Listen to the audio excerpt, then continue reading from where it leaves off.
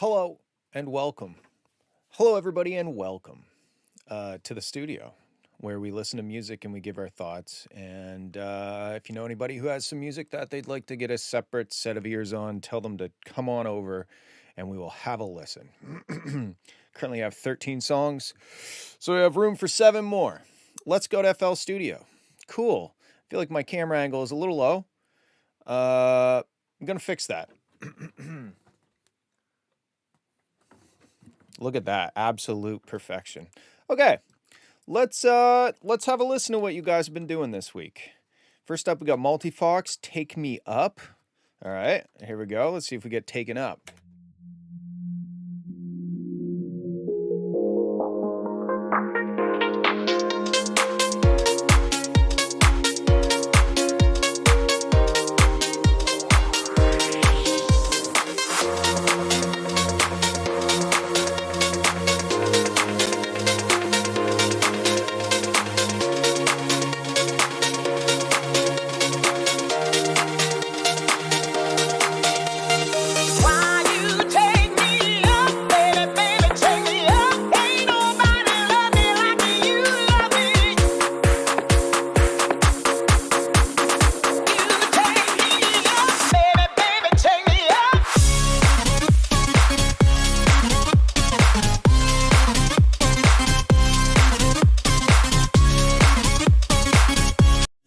All right, so here are my thoughts so far. This section I didn't love right here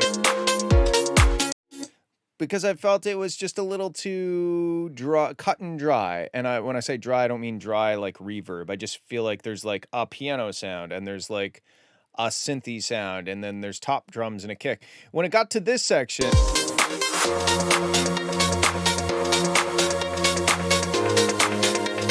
I like this section better. So I think it's probably like the Reese thing that's coming in. What's up, everybody? Hello. But to me, this section was cooler. The section before, I'm trying to figure out exactly what it is.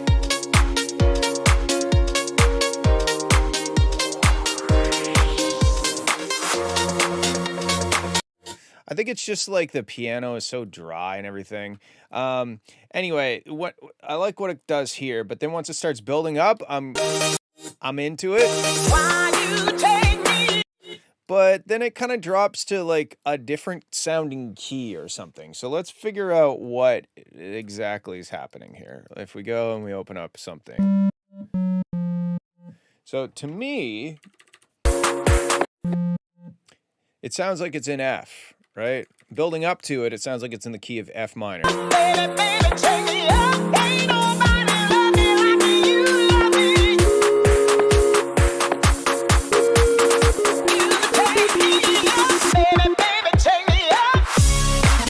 So everything leading up to the drop section sounds very solidly like it's in F minor. But when we get to the drop section, I like everything right up to the drop section.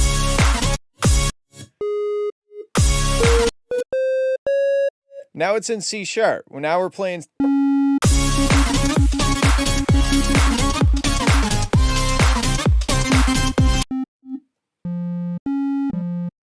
So like those notes are in the key, but everything was building up F minor, F minor, F minor. I was ready for F minor in the drop, but we got C sharp, which doesn't feel like a resolve. It doesn't feel like it's a foundation or a starting point. It feels like there's tension just immediately as soon as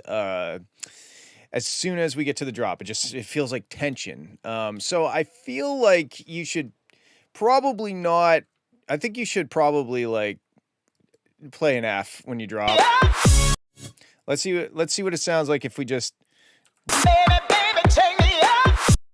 Okay, so. Baby, baby, take me up. You know what I mean? That's just me playing an F, but like it sounds more betterer to me. I think to go to F. I think to go to that C sharp just feels like there's just like some undue tension that doesn't need to be there. Ain't nobody love me like you love me.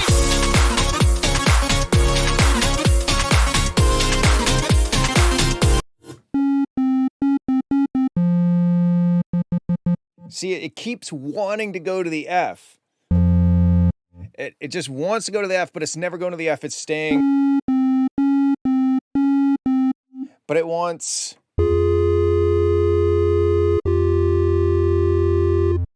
You know, it wants some F sharp, or it wants some F minor. Baby, take me up.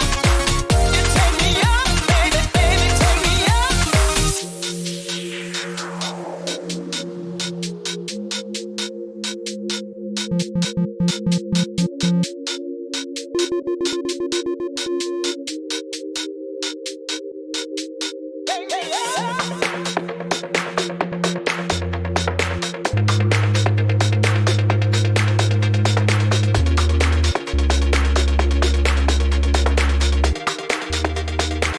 So to me, the chord progression sounds like it should go F, G sharp, C sharp, D sharp. Yeah. That's what I that's what I think about this track so far. I think that that's the biggest issue, is just that it feels like it's going somewhere and then it just kind of doesn't go in the place that I think it should go. Mostly because of the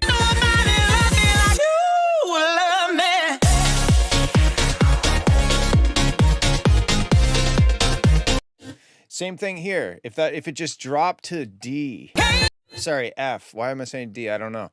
If it just dropped to F, oh, it'd be so much better.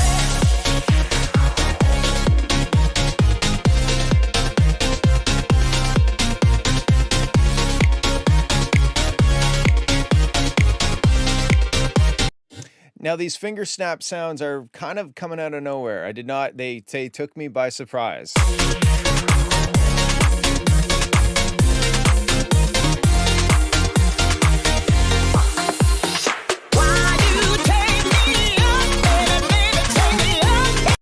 This section is very congested. There's a lot of stuff competing for my attention.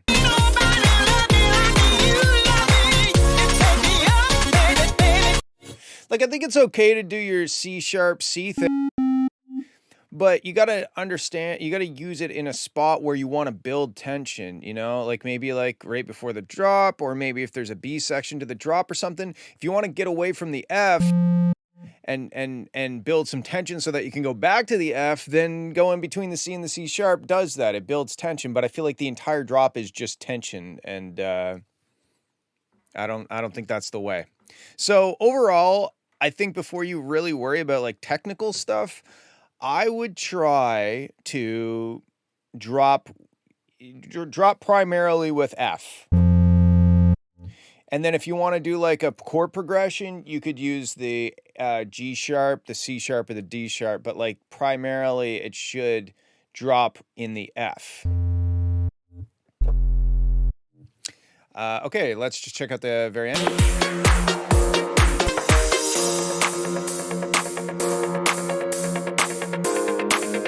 See, like, this is a good chord progression. The stuff you've got in the build sounds great. The chords are great. The tension and the way the melodies working off of like the harmonies of the chords, and it's all good. It's just the drop sections playing those notes feels weird to me. Anyway, those are my thoughts. Drop in F, see where that takes you. Let's move on. And I'm going to go grab some more while we're listening to the next one, because I saw some more submissions come through. So we're going to check out Ne'er Do Well, Complete Suffering. Wow. Ne'er do well. Suffer.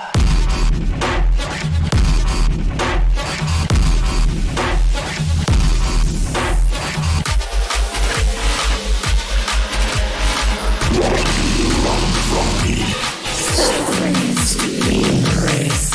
We are complete.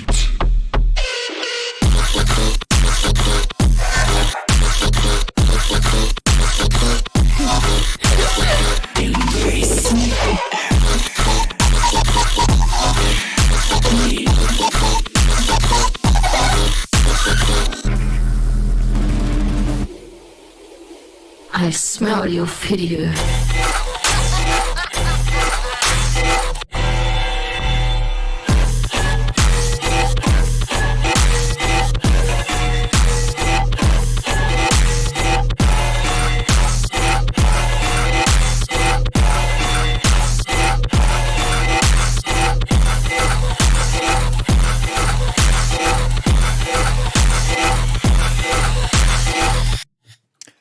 okay, there's definitely some cool shit in this. I think this is very heavy. It makes me want to punch a hole through the wall, so I guess that's a good thing. Couple things right off the top.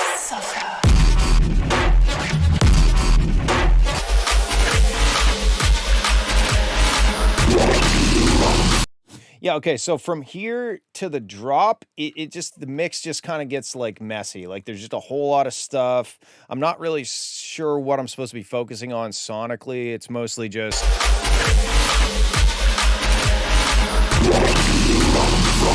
especially right here.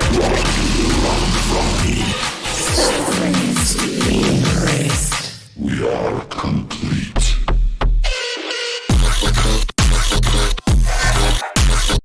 Like it's sick once it gets into it, but this section just kind of gets lost in the sauce. Like there's just a whole lot of just noise there. So I would try to decide what you want to get across in this buildup. How are you going to get us ready to rock out and attack the railing or whatever dubstep guys do and girls? But right now, it just kind of sounds like you're throwing a lot of just like a bunch of stuff at me. And I'm like, okay, I'm no longer excited. Like, I'm excited for the drop, but only because I'm excited for this build up thing to end. So I think your drops sound dope. I think the style and the attitude of the song is very good. It's just really this build up section.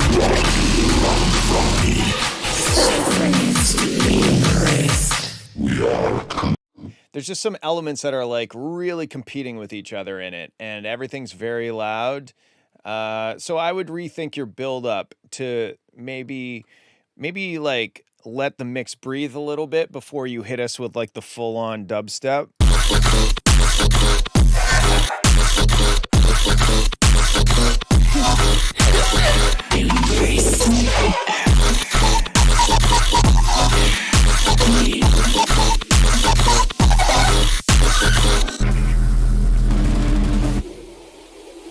I smell your video.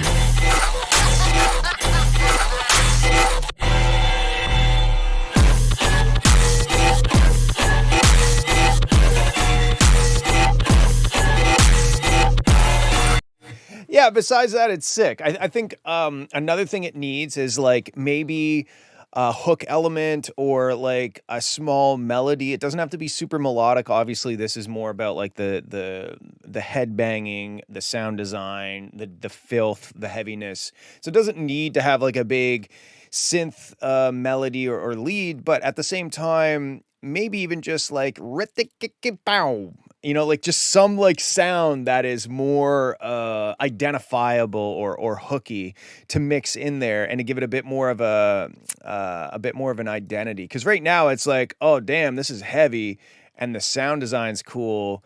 But again, we go back to the whole, can I describe this to somebody verbally? Like, hey, do you know the song that goes, what am I supposed to say? Her, he.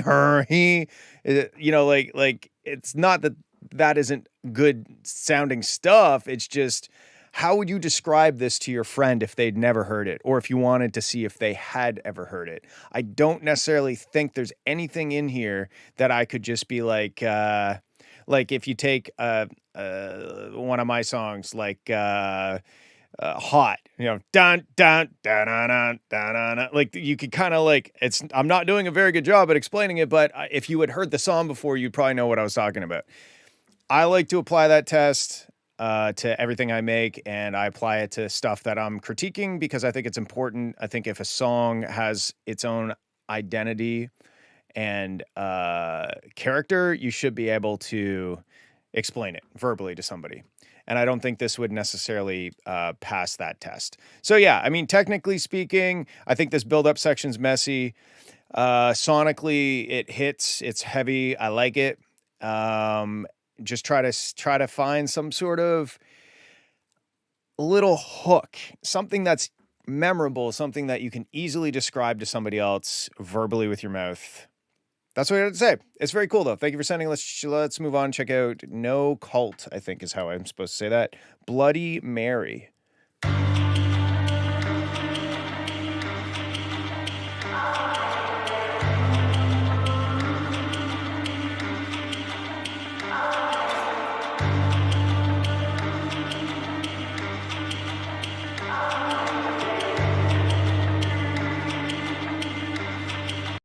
I would probably at this point here something new, something subtle, something to so it's not just copy and paste. Even just like a snare or something, you know, like if we, what would the tempo be? Dun, dun, dun, dun. Oopsies, that's not the right tempo. One sec. Put this back here.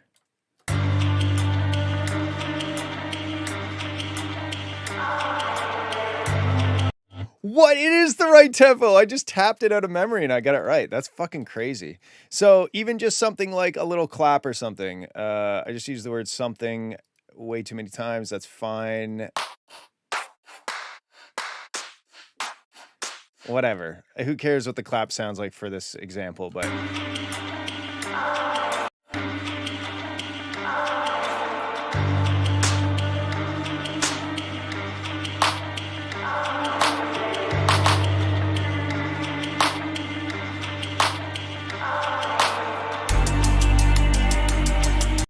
like, okay, whatever. I don't know how it's going to fit into the rest of the song, but you could see I'm just adding something simple. It makes it feel like we're moving forward. It makes it feel like we're progressing and moving towards something. Without it, it just kind of is like, okay, we've already heard that. Let's hear something new, you know? Okay, let's keep going.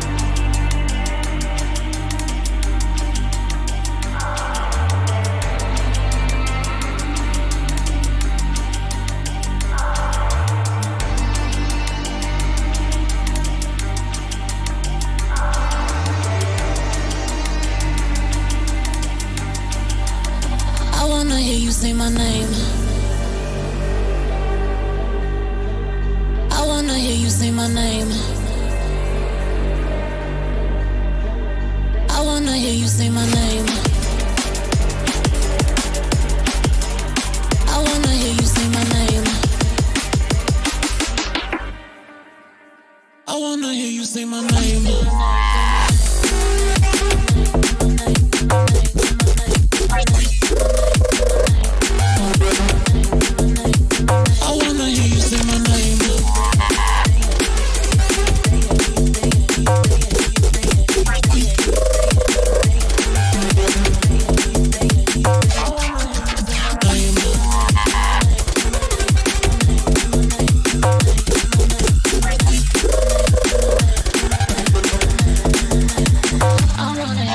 it.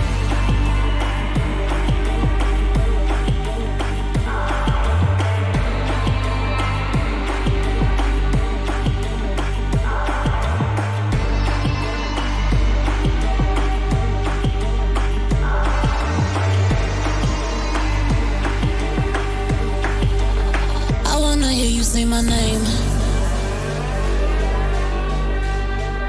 I wanna hear you say my name. I wanna hear you say my name. Okay, so this is really cool. The drop section's dope. The vocals are like, they kind of caught me off guard with their volume, but I wanna hear you say my name. I think it's mostly their volume. Like they're just like, if it could just come down a little bit, I think that at least in the build-up sections. I think what might be happening is that's how loud they need to be in the drops, but maybe they should come down in the build-up section to match the volume of the build-up. Now, I don't really like where it goes here. Hear you say my name. I don't like how we got pretty much like the full power drums at this section. I think this, like this is kind of what it feels like to me. Let me do this. We're gonna do this. So this is kind of like the energy level. This is my perceived energy level, where this is the minimum and this is the maximum. So we start off, we kind of go here, then we kind of go here, then we kind of go here, and we drop down, and then we go like here. So to me, this is kind of a strange flow of anticipation and a strange flow of energy, because I would kind of, like right here, remember where I suggested you add something new? That would kind of go like, step it up here, and then it'd be more of a, oh, you can't even see what I'm doing because of my face. I'm dumb. Sorry. So adding in what I was talking about, like a clap or some pickup element halfway through this initial section would give this more of a slope upwards, as opposed to just kind of sitting at a level and then jumping up when it gets to this section. Same thing here. I would want the maybe not that long. I'd want the energy or the power to kind of, whoop, and then we get to the drop. I think having the kind of full power drums right before the drop happens kind of undermines the impact of the drop. I feel like we should still be high passed. We should still have little drums. There should be, build up effects and stuff happening. But instead we kind of it's almost like ruining the surprise, or it's almost like spoiling the impact of the drop, because we already have like I'm not saying they are the same drums that are here. There might be something different that makes the drop drums more powerful. But as far as I can perceive it, when it got to that section, I was like, oh my God, oh, we're there already. So I feel like if it could build more steady and get, because I wasn't really excited for the drop, like I feel like you spent a lot of time on the drop and the drop sounds dope, but everything leading up to the drop, it just kind of feels placeholder-ish to me. I wasn't like, ooh, give me the drop, it just kind of happened. I was like, oh, this is sick. But I think I would have been happier if I was like, I wanted the drop, you were tantalizing me and you were getting me ready for the drop, and I would just like, give it to me already, and I didn't feel that way. Let's keep going. You could also tease in some of those drum and bass wub sounds a little bit, like that dong, dong, dong, dong, that donk kind of sound. You could like maybe like filter it, like bandpass filter it so it's kind of lo-fi sounding, put some reverb on it and have it kind of in the background. Like tease some of the elements that are going to be in the drop, but do it in a way that the energy flows and we're building and we're like a steam train. We're like cruising towards the drop. I think that's the goal. I wanna hear you say my name. Yeah, the vocal. I wanna hear you say. It might not necessarily be strictly a volume thing. I think they're very aggressive in this kind of frequency range. I wanna hear you say my name. Oh yeah, if you just dip some of that 4,000 to 5,000 hertz out of the vocal, I think that might be the trick. I wanna hear you. Because let's do this. I wanna hear you say my name. We're just gonna go. I wanna hear you say my name. I wanna hear you say my. I wanna hear you say my. I wanna hear you say my. I wanna hear you say my. I wanna hear you say my. I wanna hear you say my. Yeah, it's like right here. I wanna hear you say my. And I'm not suggesting you pull that much out of it, but like getting something in there, Soothe too, sure. I don't know. I find the Soothe plugin is a little too black box for me. Like I don't really necessarily know exactly what's happening in there. So I'm a little hesitant to use it, but people use it to good effect. So either way, it's really that 4 to 5 kilohertz frequency range that like hit me like this. When it first came in, especially you could do the thing where you send that first little the first word of that phrase into a big long reverb and record it, and then reverse that and have it build up to the vocal so that it's like, I want to hear you. So it kind of introduces the frequency kind of fingerprint of the vocal before the vocal hits, and that way you can hear like the vocal sound building up and then it delivers the line. That could be a thing. I wanna hear you say my name. I wanna hear you say my name.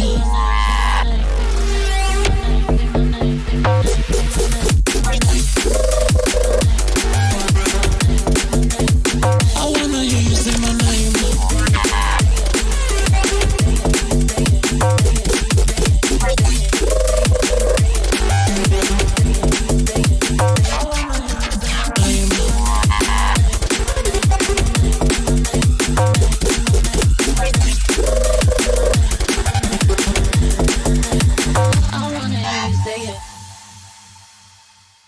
Oh, I want to hear you say it. I wanna hear you say it. I feel like my last bit of critique was going to be that, like, is there any other vocals you could use, like from that same pack or whatever this is coming from? Because I feel like you can kind of get away with saying the same shit a lot, but like I can hear that there's another thing in there that says I want to hear you say it. Maybe you sprinkle that in a few places just to give us a bit of variety throughout the drop and throughout the build up sections as well. I think overall your drops sound good. I might want to go through and clean them up in terms of like finding moments where there's a lot of individual stuff happening on top of each other, because it does kind of feel a little cluttered. Not necessarily in the mix, but more so like the layering. Like there's some moments where I'm just like, wow, that's a lot of cool sounds, but I don't really know what to focus on. So maybe just going through and being like, oh, this sound is like the main thing. And that like that donkey sound in the background isn't really helping that main element cut through. So maybe I just take the donkey sound out and I put it in later.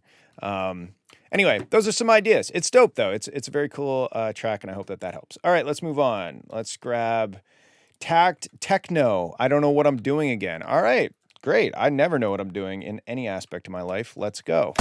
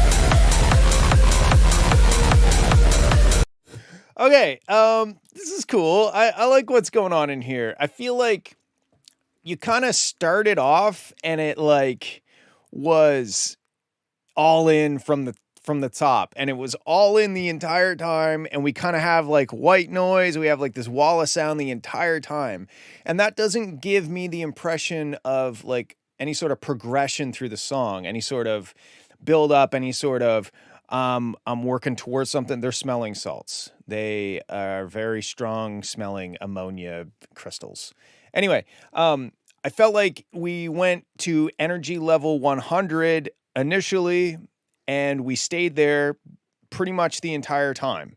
And I'm not just talking about loudness or power level. I'm talking like the sound of the track doesn't really seem like it's going anywhere. It just kind of like, we're like, holy fuck, that's a lot of sound the entire time.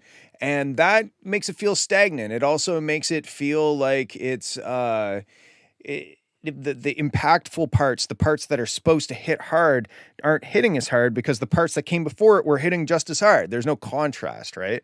So let's see. I think it's okay to start like this. I don't think there's anything wrong with starting with the big kick drum, whatever. Like that's a good mixing tool. I think just at some point,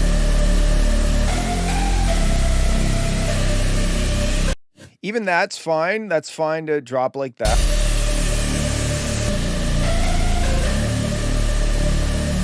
I do find that like you've got like this white noise there, this the whole time.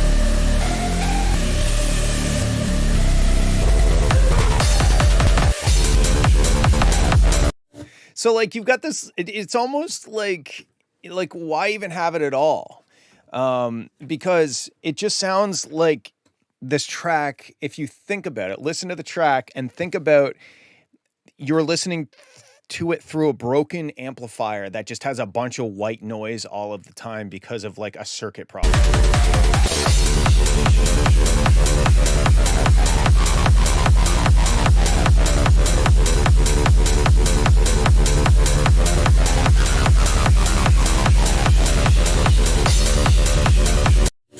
So that's a good place to start. I think that your white noise layer is overabundant and overused, and I think you should use it as a tool to create contrast between different sections. So maybe it goes away during the breakdown and we just have like the synthy kind of melodic thing happening. It's building up, and then when the drop hits, we get a big blast of white noise off the top, almost like a cymbal that trails down and trails off. It's there to accentuate things, not just there as a noise floor the entire time. So I think that's a good place to start with this, is the white noise itself.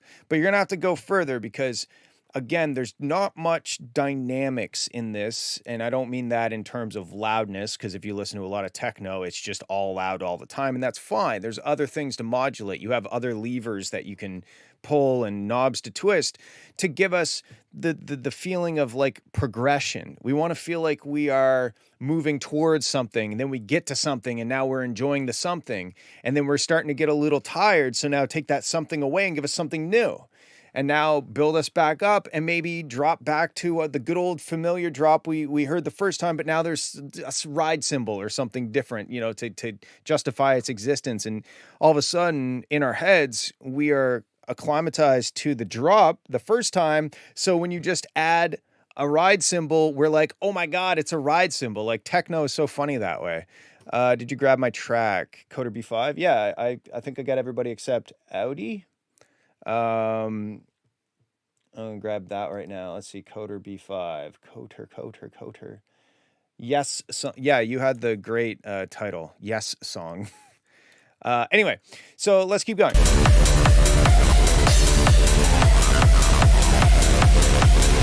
See, like there's like a cool 303 thing, but it's layered underneath of your lead sound and this very loud white noise, and it just kind of adds like this like static to the whole track. I would also probably sidechain the white noise at least a little bit, so that doesn't just feel, especially if you're going to use it a lot. If it's just the whole time, what's it doing? It's just adding noise. It is noise and it's adding noise. So at least sidechain it so that we get like there's a little bit of rhythm to it or something.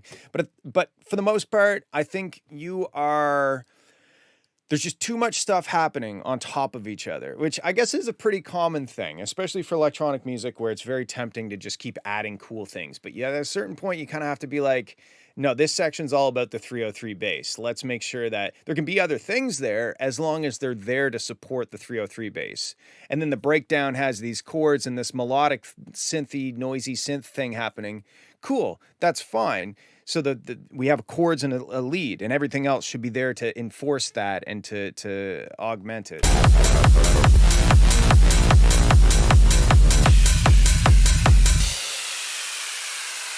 But yeah, I think for the most part, this is suffering from just, funny enough, it just is static, meaning it's not changing, but also static because of the white noise, and that's what we perceive static to sound like, because static is random and white noise is also random. Okay, in terms of like the power and the drums and everything, it sounds good. There's just a whole lot of stuff happening. There's too much stuff. I want to be able to really digest the kick and the bass and the way they're interacting and the rumbles and everything without this layer of stuff. It's not ecstatic. No, it's not. Okay, cool. Let's move on. Let's check out Vegamag's intro to EP, work in progress.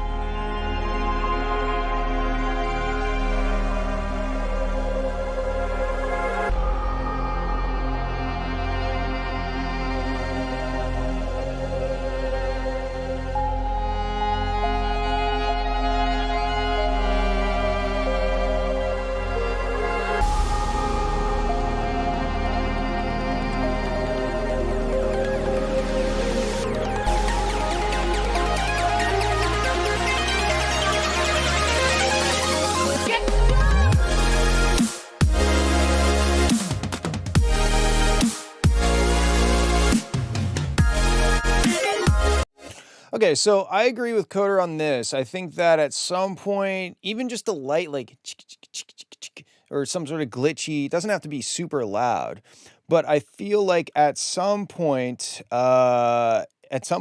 it needs something to kind of set the pace. I feel like halfway through this intro, it was okay being all atmospheric. We're kind of getting into the mood. We're understanding where we're existing. We're acclimatizing. I'm going to use that word again today. That's fine. But kind of halfway through, I would kind of expect you to provide some form of rhythmic information, whether it's a glitchy percussive loop, percussive part, or like a shaker or something, a hi-hat, just something to like, so that we can start kind of, okay, all right, I get it now, like, okay, that's the pace, like set the pace. And everything was all good. Besides that, I think that just adding some sort of like, some sort of percussive thing is going to help. But now let's get to here.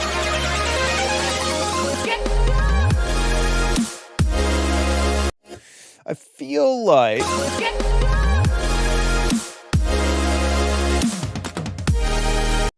there's something off about this.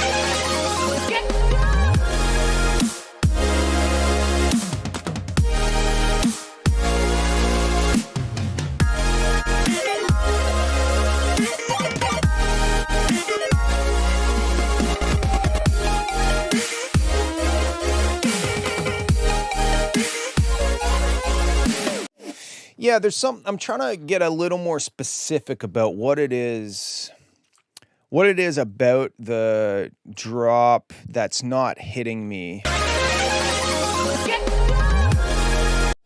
I think like everything is so, like you can almost see the amount of energy here, like the amount of loudness, power, whatever you want to call it. I think at the end of the day, it's energy. I sound like a yoga instructor. It's like you're like building up and like this is so loud, and then it's almost a bit of like a letdown when it gets to the drop, like it kind of just feels like, oh, this is the drop. Oh, like it's not. Yeah, it needs an impact or crash. Yeah, sure, but also it might have more to do with like everything that's happening before it. What's it sound like if we get rid of everything?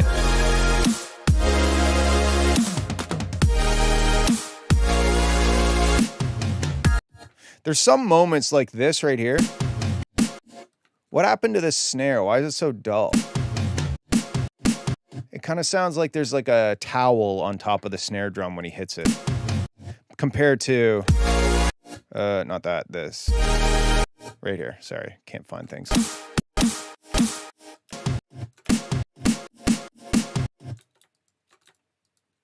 Wow, using the computer. Yeah, like this snare is like bright, right? And this one is more.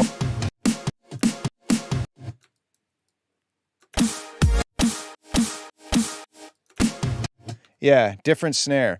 I don't think that's the move. I mean, that just sounds, this snare just sounds weak or something. Compared to the snare that comes before it. I also think that like your drum fills are kind of quiet. I think they could be quite a bit louder. But for the most part, there's just something causing the drop to not hit. Let's see if we do this. Let's send it to a track. Let's do EQ, and let's high pass, because you got like this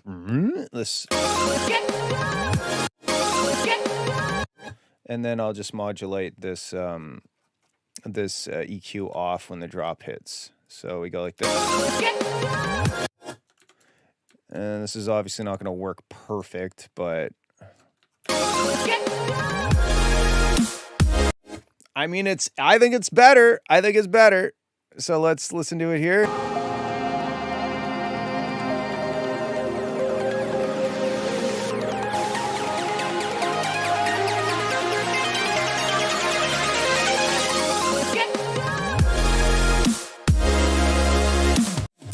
See, that's better to me. I don't think it's necessarily going to fix it, but it's definitely a step in the right direction. Let's try.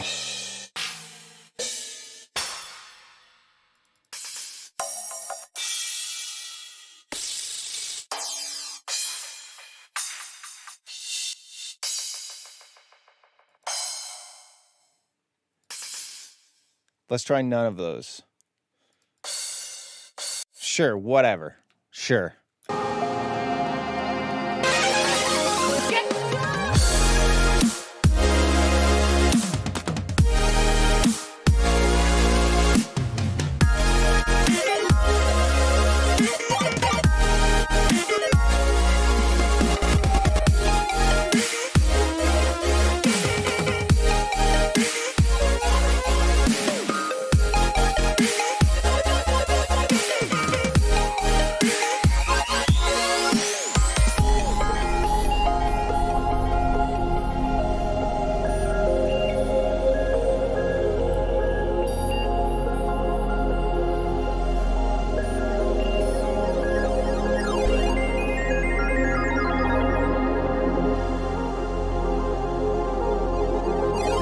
So yeah, I think for the most part, like all of your atmospheric stuff, all like the cinematic, all that stuff sounds great. It's just the drop just doesn't have as much impact. And I think a good start is to remove the sub bass leading into the drop so that when we get the sub bass in the drop, it's like, wow, there was that thing that I wanted.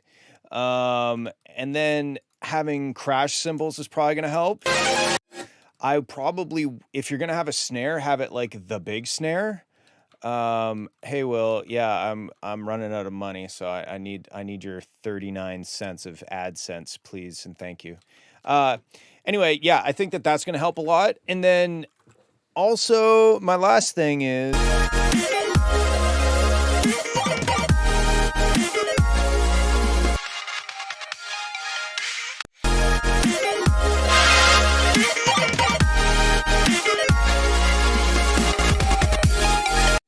yeah, the whole mix in general kind of sounds a bit dull. So me adding 4 to 5 dB to the top end, to me, makes it sound better. Let's compare it A and B.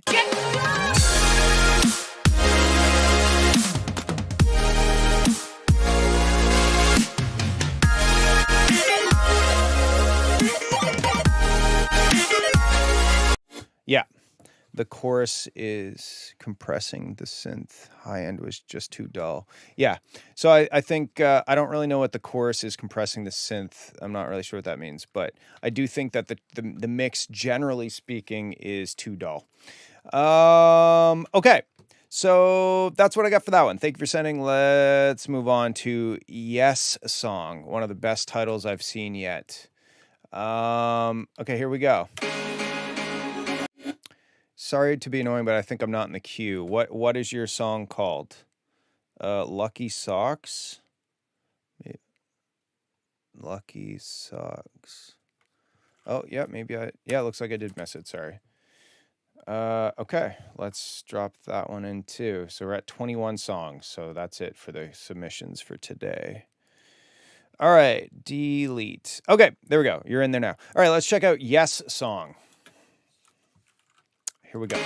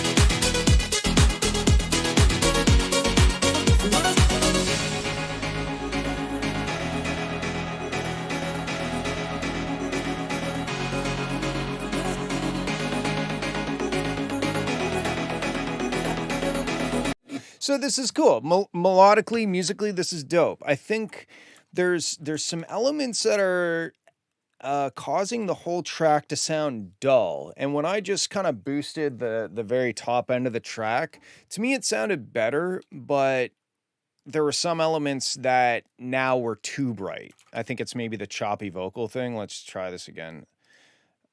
Why do I not remember how to use this?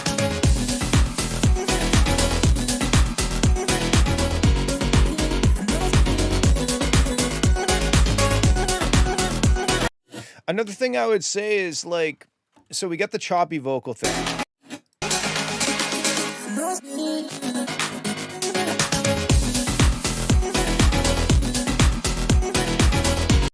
I almost wonder if you should take the choppy thing out of the start of the drop.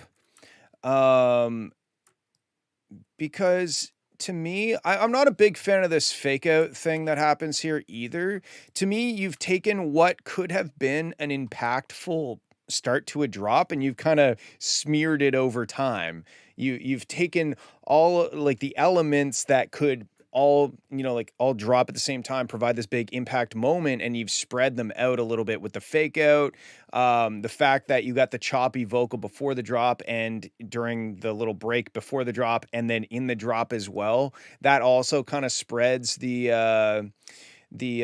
energy or like that moment. It spreads the moment out a little bit. I'd probably take the fake out and I would drop, maybe have the choppy vocal at like the first two quarter notes, you know, and then more about the dun dun dun dun dun dun dun dun dun, and then just use the choppy vocal maybe at the start of each measure to begin with, or not at all, and then bring it in halfway through the drop, and now it's the pickup, and it's the thing we remember from the build up, and it starts to tie everything together and give us the impression that we are moving forward in the track. To me, there just wasn't quite enough. There wasn't like. It wasn't like a moment, you know, it was, there it is. Again, the energy kind of, you know, there wasn't kind of like a boom drop. Here's the drop, you know? And I think that would help a lot if you kind of chose some elements to take out of the start of the drop, strip the beginning of the drop out as much as possible. That somewhat is a bit of a personal taste thing. You know, I like it when drops in house music, when they happen and they're simplified, they're dumbed down. It's more about the groove and it's establishing like, okay, this is like the dance that I'm going to do to this part.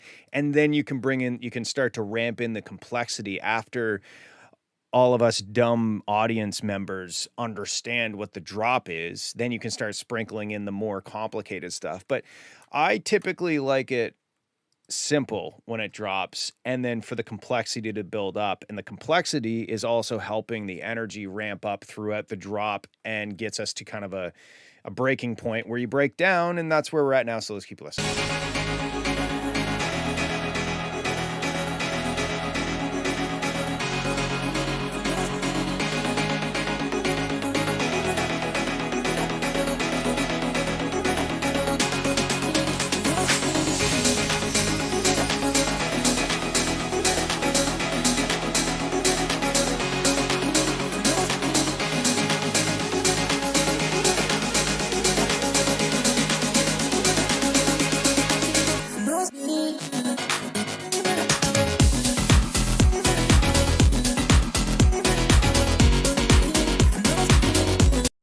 Yeah, I feel the same way about this. Like I just feel like the fake out isn't really doing, like, what is it doing? Why are we doing a fake out? Why are we not just building up and dropping? And then what's the tempo? 126 or something? No.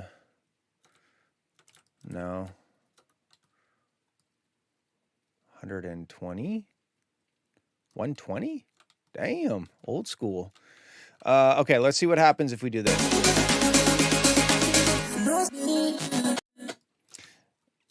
Instead of that, we do maybe...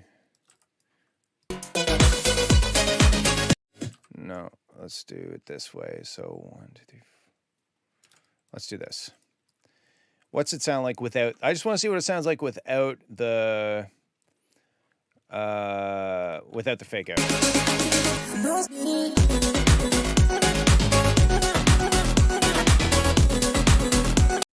Yeah, I mean, like, okay, you'd need like a crash and stuff that we're missing.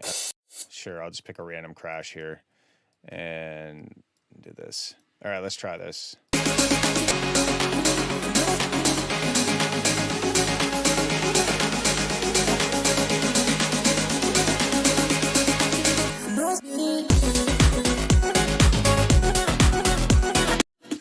And then somehow, if you could somehow imagine it without the choppy vocal. Do we have... Ooh, we do. Hold on.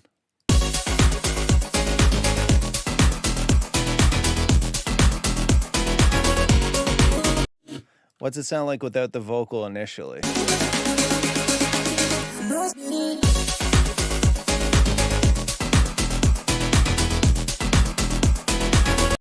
Yeah, I think like you have enough cool stuff that you could build a drop out of way less than what you currently have in your drops. And then you have all those extra elements that you can use at your disposal to pick up the pace, to add a new flavor, to add a variation. But I think if you dropped a lot simpler, it just would be so much better.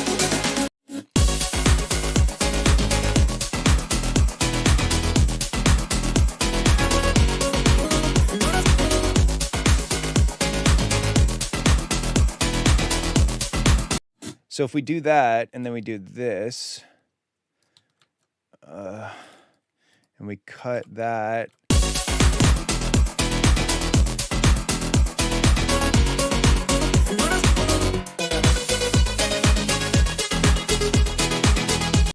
And then that could be like the B section of the drop where you bring in the the melody thing. So the first section of the drop is there for us to rock out and to get into the groove and to dance and to focus in on the cool sound design stuff. And then the second half of the drop can bring back some of those melodic elements. And now you've already established the groove. You've established what the drop sounds like. You've established all the cool sounds.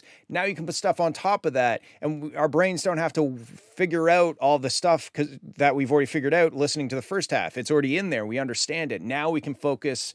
That's kind of a given. Now we can focus on like this new melodic information that you've given on top of the second part of the drop. Okay, that's what I think. I think it's a great track, great start. Those are my thoughts. Hope that helps. Let's move on.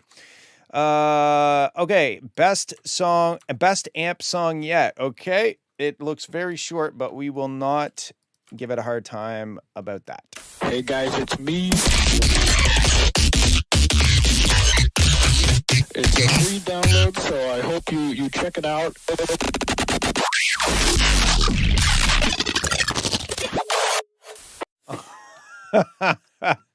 It's a free download. So I hope you check it.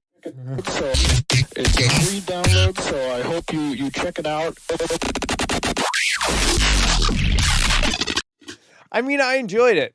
Thank you. And considering it's a free download, what do you have to lose? Except the malware that comes with it. All right, Double Dot, Fake Colors. Thank you for sending that amp. Really appreciate the ad that you just ran. Okay, this one's called Fake Colors. Let's have a listen.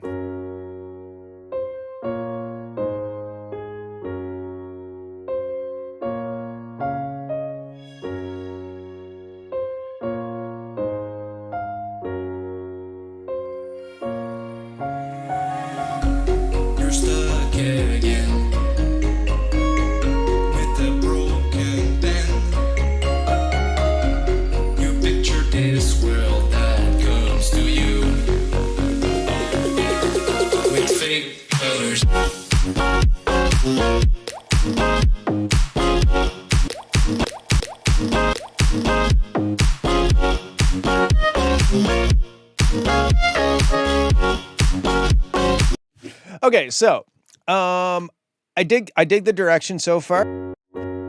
I think my first thought was that piano just kind of sounds like generic MIDI piano. You know, I feel like you could probably find a better sounding piano or somehow embellish the way that this one sounds to make it just not so like, here are piano notes, enjoy piano notes. So I would try to get a little more character into the piano. Now, when it gets to this section, the vocals, I'm assuming, are yours, so a big respect on using your own vocals. That's dope.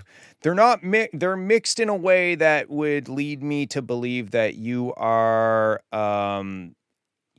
insecure about the vocals. They're mixed under the track. I can't understand. The only words I could understand was right before the start, or right before the start of the drop. With fake colors. Because they're like, all of a sudden they're like really loud, but leading up to that, they're just kind of like they just kind of feel a little awkward under the mix, right?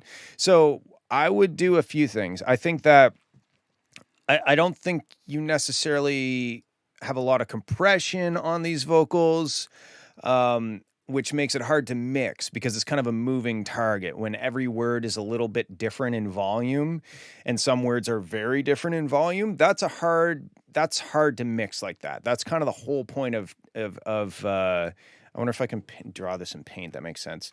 I'm not saying you don't have compression in there now. I'm just saying that the way that it's currently in there is not effective.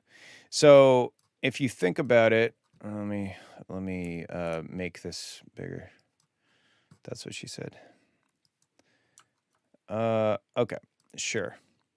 So let's say, for example, oh, come on, do the thing I want you to do. So let's say that this is the track and this is kind of the volume of, this is kind of like the volume of your instrumental, right? And you want your vocal, say you want your vocal in the build-up section to be right at this level, just a little on top of the instrumental. In terms of volume. Well, if your vocal volume is moving around like this, you know, how are you ever going to do that? How are you going to put that so that it's here? Well, the answer is you take all these quiet parts. Well, no, the real way when you compress something is you're taking all of these loud peaks that are going above that and you're bringing them down, and then you're turning everything up. So what you're doing is you're taking the quiet stuff, you're turning it up, you're taking the loud stuff, you're turning it down, and now you have a smaller range. So now instead of it looking like that, you might have more like this because you have compressed the vocals and you've removed some of that dynamic range.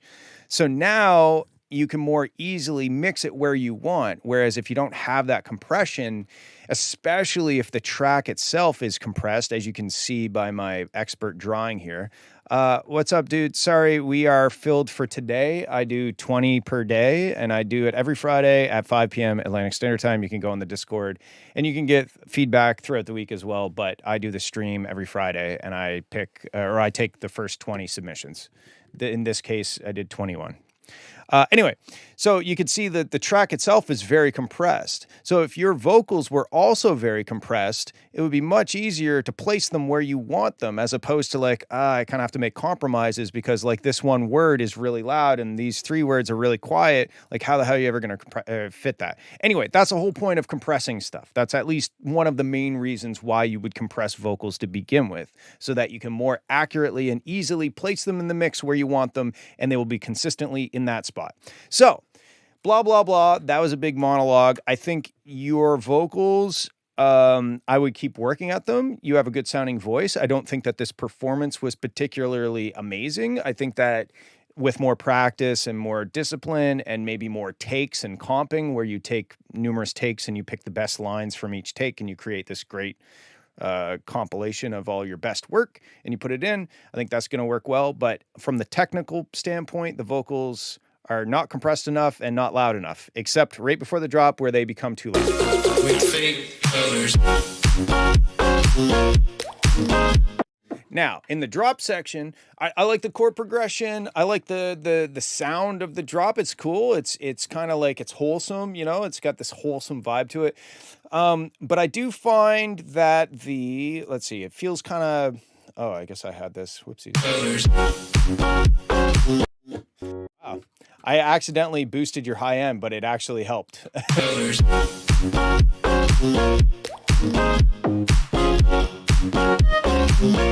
So I'll do a little quick aside on this over here, this my spectrogram, so you understand what's happening.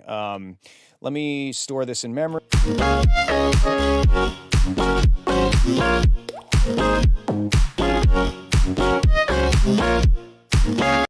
Okay, so what I've done is I've stored, this is the average amplitude of your of the frequency response of your track, the red over here.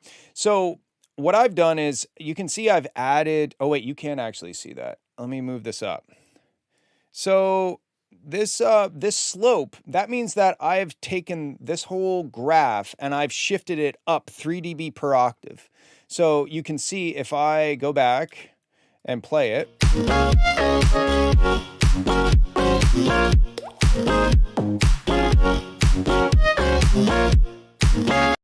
So I've just basically, I've tilted the whole thing 3 dB per octave. And the reason I do that is because typically a well-balanced mix and master is about 3 dB per octave. So every time you go up, you've doubled the frequency, you should drop down 3 decibels. And that kind of comes down to the human ear and how we perceive loudness versus frequency. So what I do is, if I know I'm aiming for a 3 dB per octave slope, I add plus 3 dB per octave, and then I look for a straight line across. Because if I have a straight line across and I've added 3 dB per octave, then that means the actual slope is negative 3 dB per octave. Sorry for math, but that's how it works. Now, what you can see here on your curve is that you've got quite a loud bottom end, and then it just slopes down, especially once you get above like 5 kilohertz. It really starts to lose its energy. So that kind of mimics what we're hearing. I'm gonna, sorry, I'm just realizing that this is not in the right spot anymore. There we go. I think, is that usually where it goes? Maybe over a little. Sure, let's say that. Anyway, okay, so I guess long story short, after adding plus 3 dB per octave of a slope, we want, generally speaking, about a flat line. That's going to give us a not too bright, not too dark, not too bassy. That's kind of what we're aiming for, generally speaking. I don't like to make rules or anything, but that generally speaking. So when we listen to your track,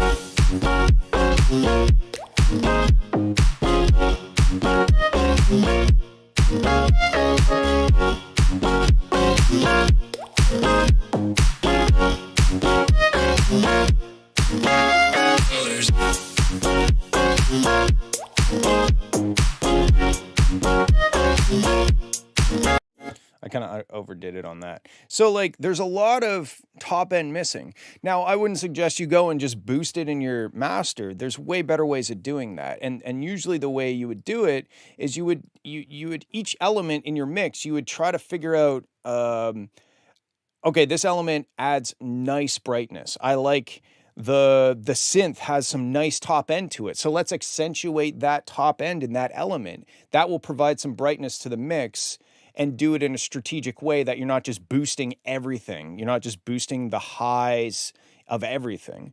So go and maybe bam, bam, bam, bam, bam, that kind of synth thing, the main synth, maybe it could be a little brighter. Maybe the drums, the top drums, like the clap and the hi-hat and all that stuff, maybe those could have a little bit of brightness to them. So you pick individual elements and you try to achieve a bit of a, minus 3 dB per octave slope.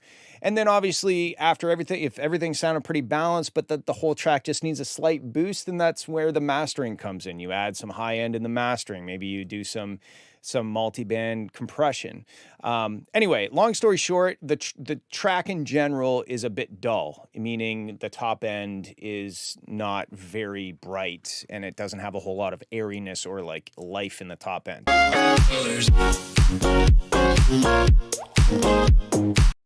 The drop sound is, I don't like it myself. It feels a little cheesy or a little passe. Like I don't know. If you love it, then do it by all means. But for me, when I hear that, it's a drippity drop water sound. It just kind of, it sounds a little cheesy or something to me. And this is my feedback channel, so that is my feedback.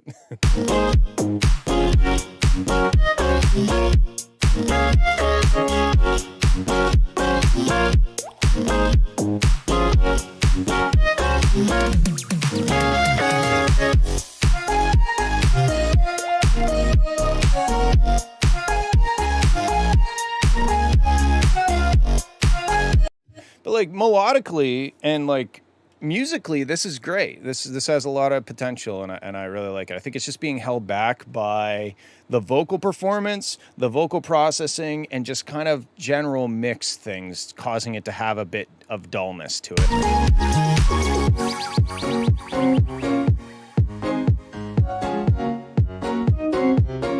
I also think you might be overusing reverb on a lot of these elements. I think just generally speaking, there's just too much reverb, which is also contributing to this frequency response issue, because a lot of the time reverbs will have like the very high frequency stuff will be subdued. So as you mix more of that reverb in, it's imposing more of that frequency response on the whole mix.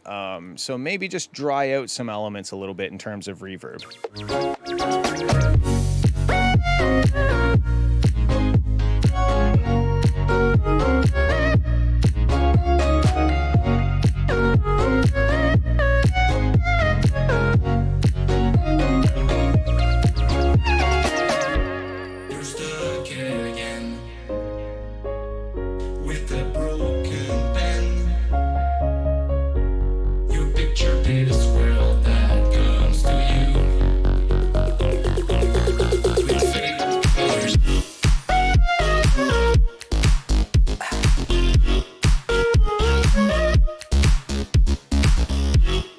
Yeah, like your main bass, that it has so much reverb.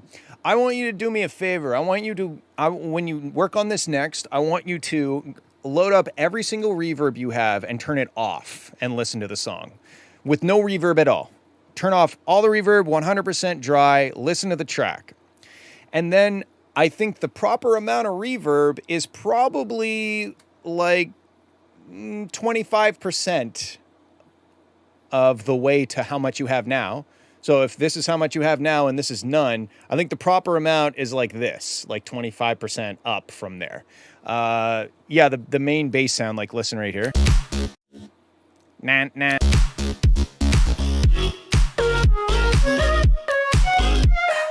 I think just generally speaking, everything has a little bit of reverb on it, and I don't think that that's the move.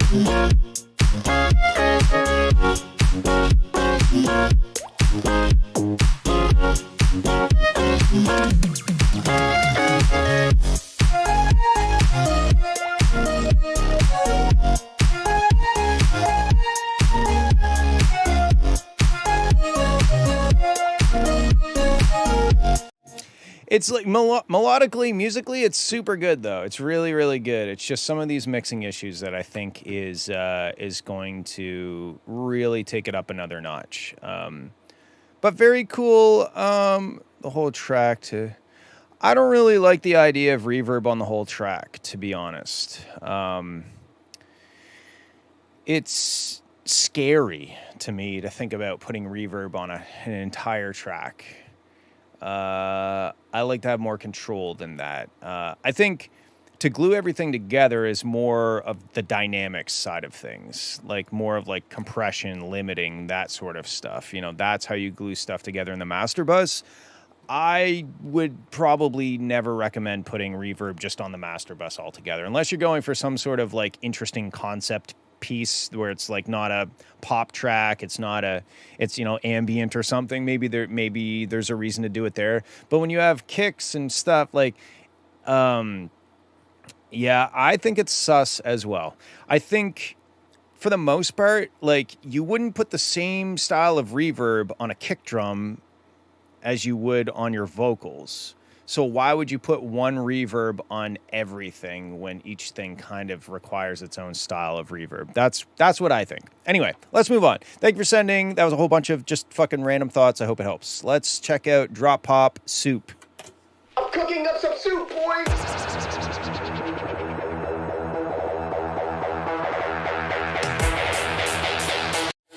Yeah, so like I get the logic, I understand it, and maybe that would apply if you're like, you know, like a folk singer or something, but I mean, like, what place is the 303 in, you know? Is it in a hallway? Is it in your bathroom? Is it in a canyon? I don't know. So I don't, I get the idea, the logic, I understand where they're coming from, but I just don't think, like, technically speaking, it pans out the way it should. Anyway, let's check out this. I'm cooking up some soup, boys!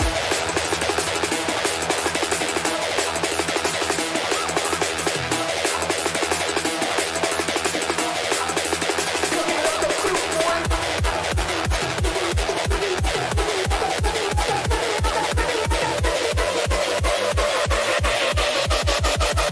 Cooking up some soup, boy! Cooking up some soup, boy!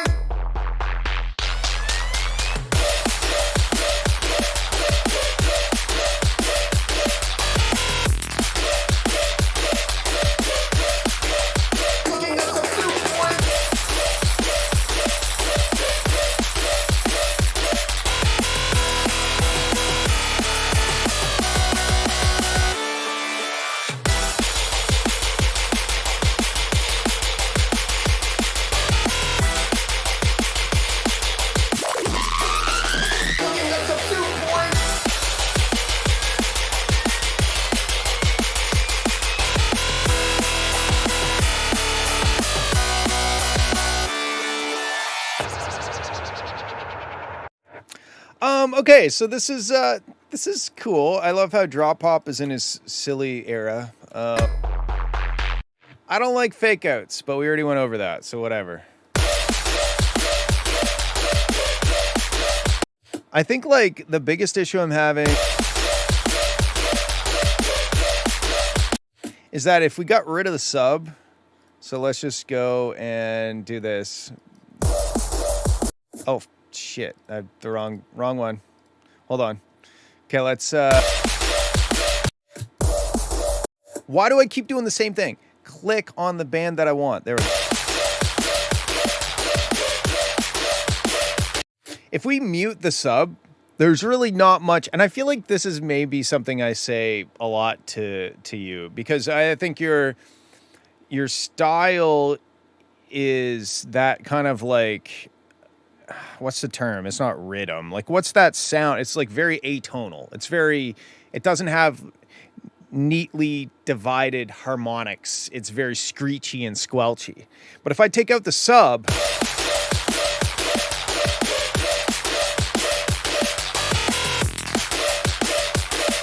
it's very hard to hear what notes are being played. In fact, that ramp or ramp, that main sound almost sounds like it's playing the wrong note. Dun. Cooking up some soup, boy! Like, what? I don't know if I can really tell what key this is in. Let's pull up the old synth here and see. Okay, so it's in E, right? But then if we listen to just the rampa sound, I don't know. I know that, like, that sound doesn't necessarily have a very obvious note to it, so it's kind of hard to say if it's in key or not. But if we just take out the sub and try to... Thank you, Kadia, for the perfect pitch.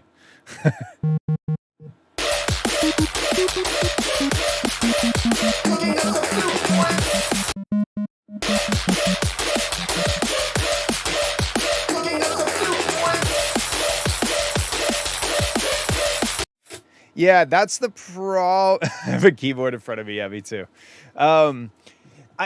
I think that there's like a lack of tonality, and it makes it hard to get into the song musically. I mean, like it's it's high energy. The drums are insane. The it's very like but music.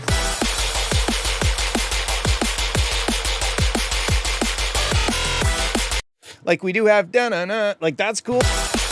This that's cool, but all the chunks and everything in between.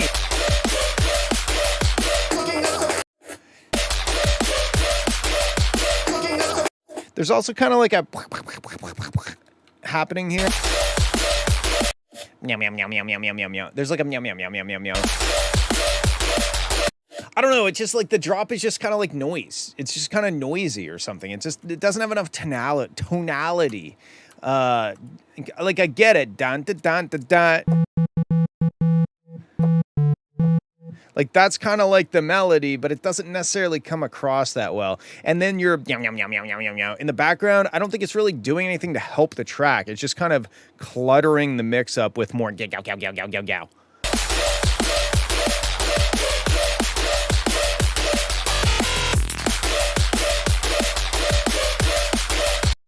Like I don't think it needs a big change. I just think that the notes should be more obvious what the notes are.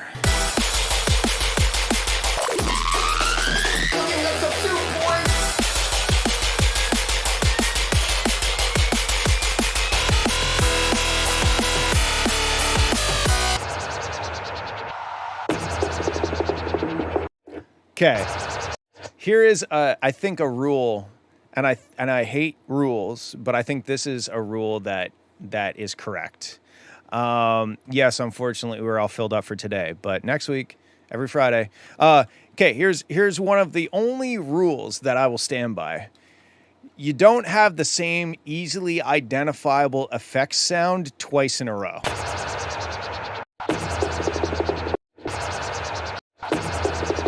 I think that's a rule that I just think we can just say that's a rule. I don't think we're allowed to do that.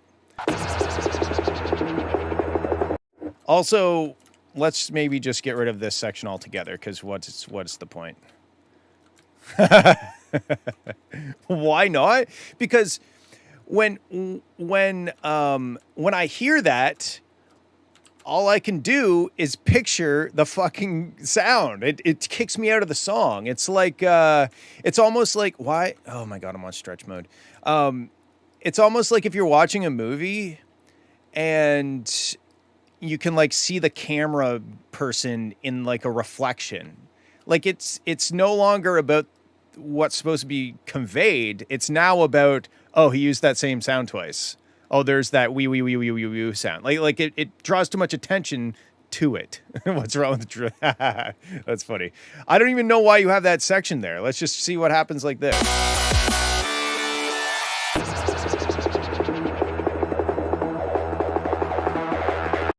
Yeah, or like the door creak. Every door creak in every show ever. It's the same one every time. I don't know why. It's like a running joke with like the Foley artists or something. I'm cooking up some soup, boy.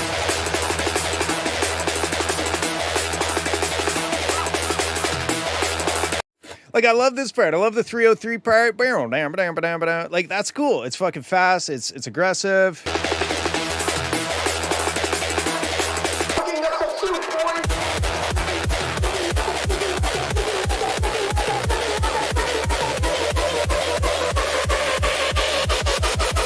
Cooking up some soup.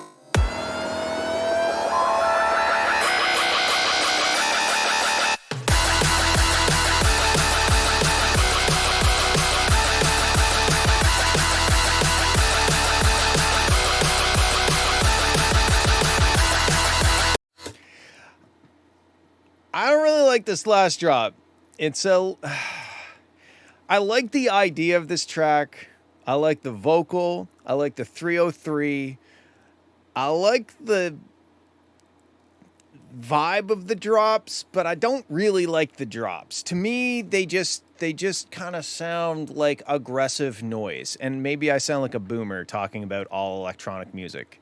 But it's just, I don't know. I just don't love the drop sections. I feel like it's a bit too scatterbrained. Like you've got a lot of ideas and they're all there. I think a better way of doing it would be to pick one main idea, one main theme, like,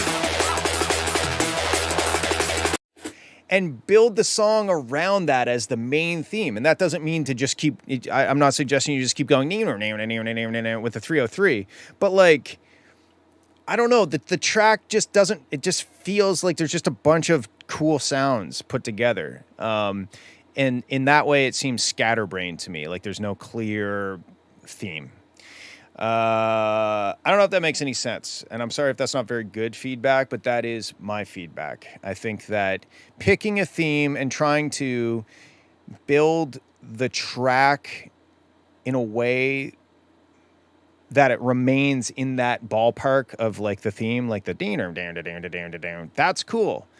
The chord progression in certain sections are cool. I don't like fake outs. I don't think I like fake outs anymore. I don't think there's any song where there's going to be a fake out and I'm going to be like, oh, that was sick. I just don't think I like fake outs. So take it with a grain of salt. But I don't know. It just feels like it just breaks up the energy too much. And what, I guess when I hear a fake out, I'm like, why? Why? You know? And if you have a good answer for it, then by all means. But I don't know. Is there a good answer for a fake out? Maybe. I don't know what it is. Anyway, I'm sorry, Drop Pop, if that was not very good feedback, but that's pretty much what I have to say. I like the vocal, the energy of the song is cool, the silliness is all good, the 303 is sick. I'm just not a huge fan.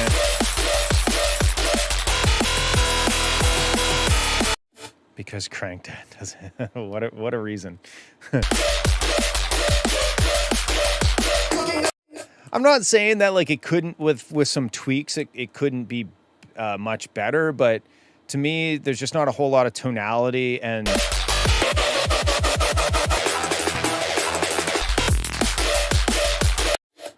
like what if the drop was more, maybe you did the whump as an initial sound, or maybe ramp ramp ramp ramp ramp ramp ramp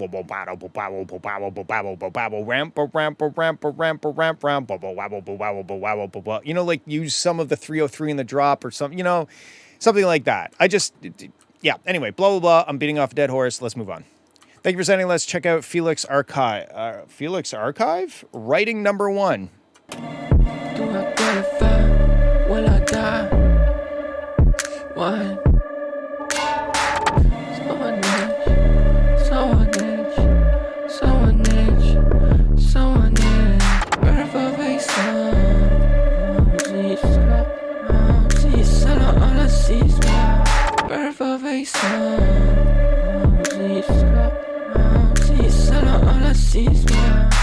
He doesn't know it yet, she doesn't know it yet. Hope she finds out in time, hope he finds.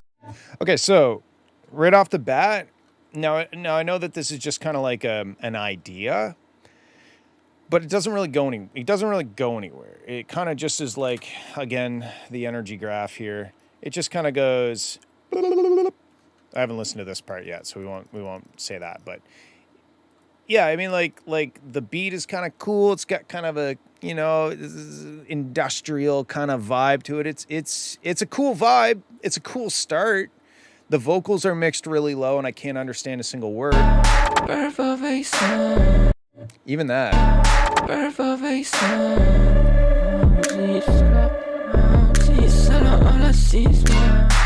He doesn't know it yet, she doesn't know it yet. Hope she finds out in time, hope he finds out.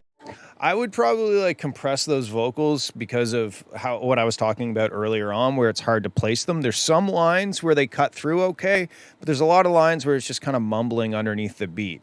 So maybe some more compression on the vocals and get them up in the mix a bit more. Hope she finds out in time. Hope she finds out in time.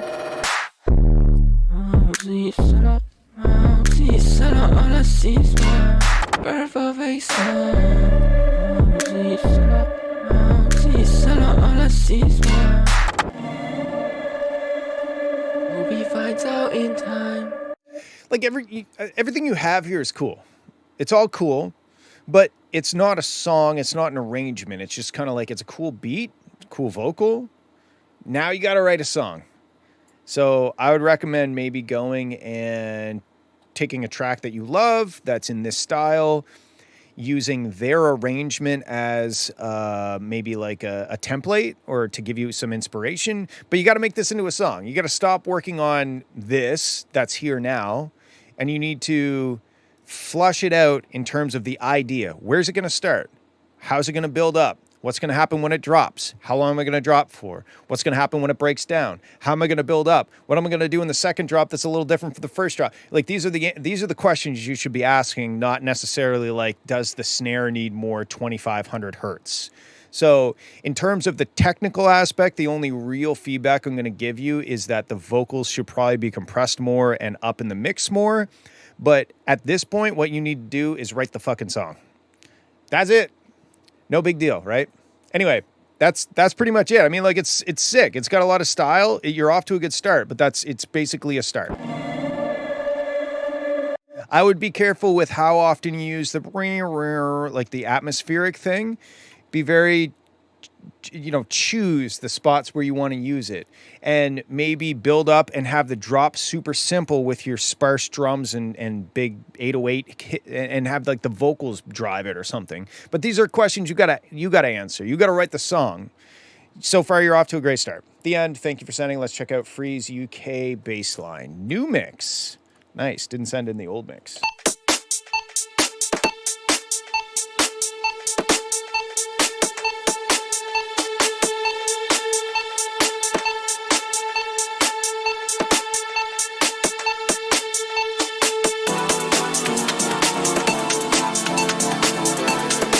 So right off the top, I think the snare clap thing is too loud for where like this point in the song. Like, I feel like in this intro section, it might be this kick as well. Just like that drum beat, because it kind of sounds like it's from the same like loop or something, like the dook dook. It maybe just bring it down a little, because it's very loud compared to everything else.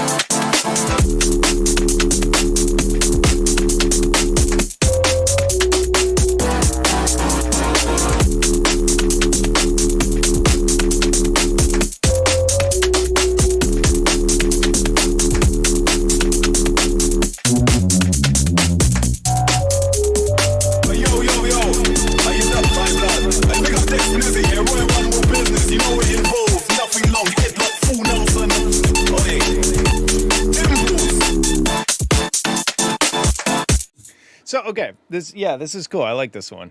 I feel like you got vocals. Why not have them like in the start? Why not have some of those vocals over here so that we're already kind of familiar with them when they come back in the drop. Also, I feel like this whole intro section was kind of a little dragging on, and having some vocals in there would probably help that.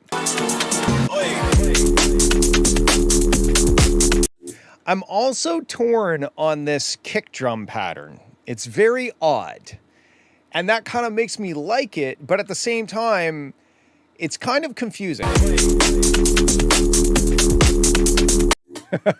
It almost sounds a bit like a random, because like the kick drum.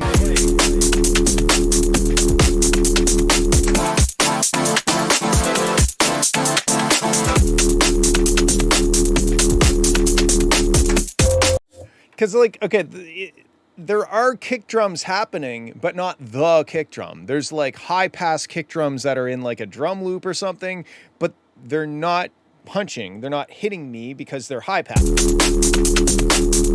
Like do cut do cut. Like the do is a kick drum, but it's not. It's being high passed, and then just every once in a while we'll get a full kick, and I'm like, oh, okay, there's a kick, cool.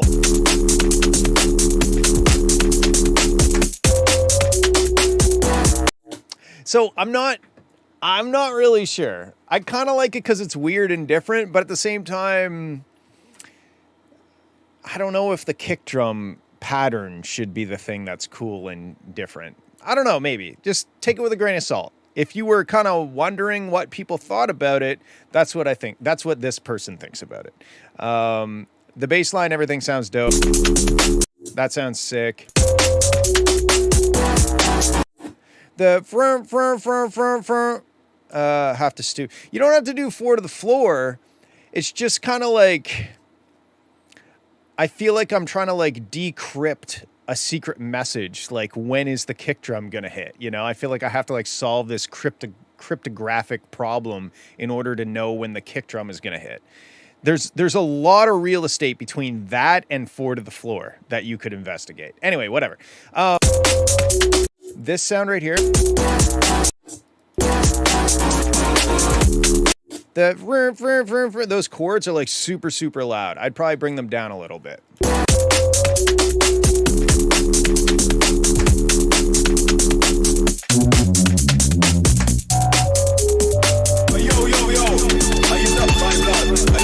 Right here, everything is like, wow, that's fucking loud. Especially like, beep. And the vocals are also very loud. So like there's certain moments where the volume gets out of control.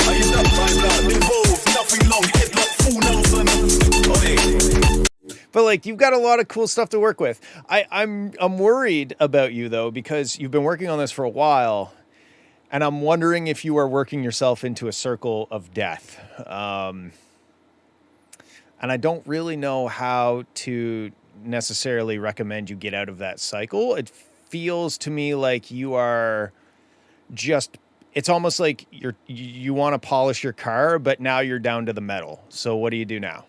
Maybe repaint it. I don't know. I think what I would do is stop worrying about even the kick drum pattern. Fuck the kick drum pattern for now. Who cares? Fuck the mix. Fuck the master. Arrangement. You need to get an arrangement. You need to make this into a song. And then you need to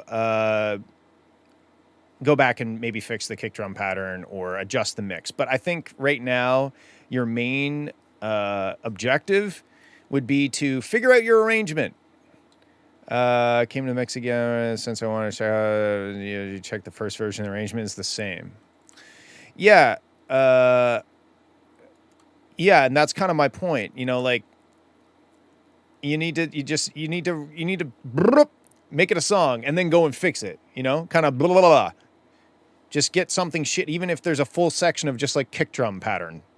This is a placeholder, but having those placeholders and writing the track and then going back and fixing all the problems that you've created. I think your focus should be on figuring out the arrangement and writing the song. Stuff like getting those vocals back here. What are you going to do after this? You're going to break down. What are you going to break down to? Is there going to be vocals? What are you going to build up to? How long is the drop going to be? Like, solving those problems should be number one priority, and then going back and fixing the production and the mix and master and all the technical stuff. Because who cares about the technical stuff if there's no song? You're not trying to make a technical display of what you're capable of doing. You're trying to make a song. Anyway, those are my thoughts. I think it sounds dope, though. The only thing I would say is that, well, besides all the things I've already said, I just would like to reinforce the fact that you might want to just try some different kick drums or kick drum patterns. But I love the track. I love the bass line. That's the coolest part of it, is like the bass line. So write the track, keep going. Cool. All right. Hat Man. I wonder how many hi-hats are going to be in this. When there's nothing more to let go. This sounds very optimistic and upbeat.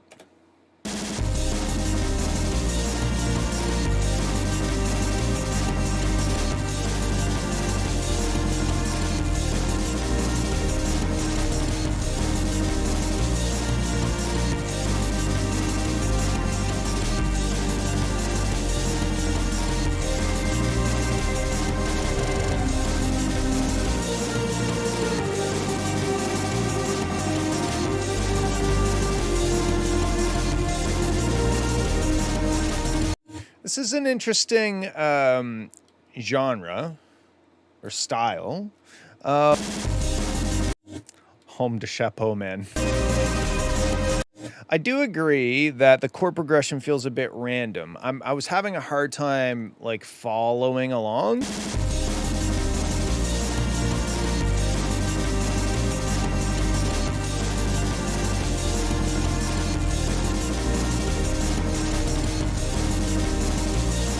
I think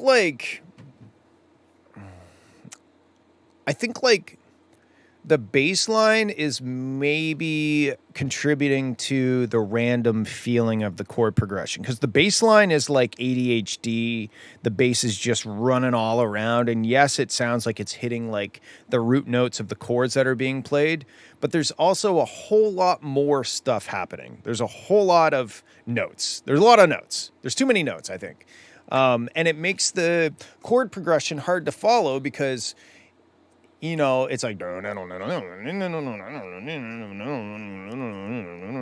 it's like the bass line is like kind of mumbling to itself. And when you combine that with chords that are being played long sustained strings with lots of reverb, I think, and then you got like your distorted aim and break, it just kind of feels like cloudy. It feels like hard to understand what's happening. It just, there's just like this sound happening.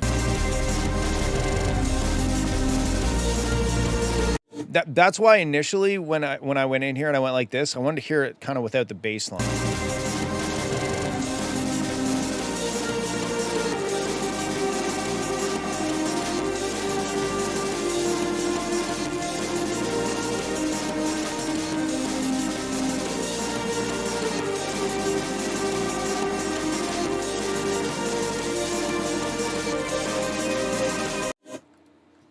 Also,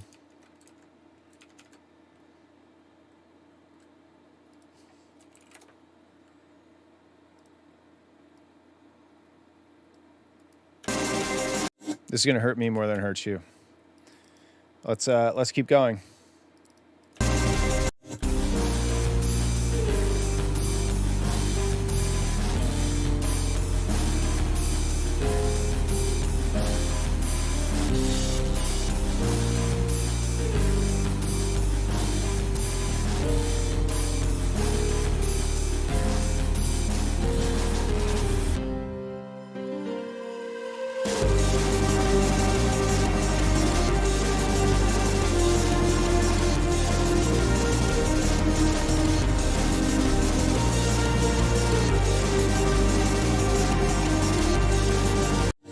So here's what I think. I think the strings, if I were to just listen to the strings on their own, I don't think I would necessarily have a problem with the chord progression. I don't think it's the most engaging chord progression in the world, but I think the biggest problem is that your bass line is just convoluting. It's not that your bass line just has to only play the root note. It can move around, but just kind of the frequency in which it is doing so, the amount of notes and it doesn't really seem to anchor the song in the root note of each chord. It kind of just sounds like it's running around like a toddler in a sense. So I would at least experiment with simplifying the bass line a little bit. You could still have lots of cool little runs, but maybe reserve them more for like when you're moving from one note to another, like one chord progression, one chord in the progression to the next. Maybe it's da na na na na na na na na na na na na na na. You know, like there's a little run that takes us somewhere, as opposed to just constantly going up and down. I think that's going to help with the arbitrary feel of the chord.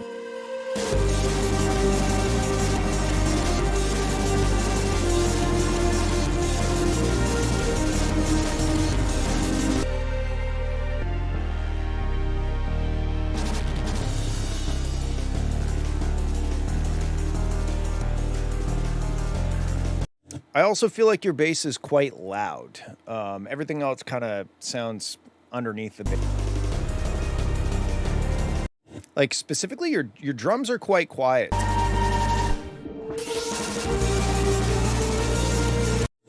I think I started with that and then made it more complicated because I thought it would help. I think I do agree though.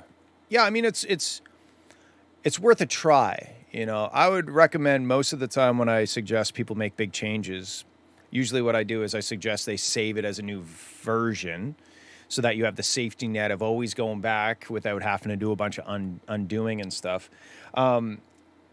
But I find most of the time, at least when I do it, I never, ever, ever go back to the safety net version because in my heart, I know that it needs to be different, you know, but it's kind of nice to have that safety net because then you can kind of, you have no hesitancy in fucking with shit. You just change everything because you're like, oh, I can always go back to the other one, but you never do. Anyway, I think your drums are quite quiet. It's almost like the track is really being driven by the bass and the strings. And then everything else, it just kind of feels like it's layered underneath the track. Hey, Bryden. It's not too late in terms of the time, but it is too late in terms of how many tracks I have submitted today. But next week. You'll get them next week.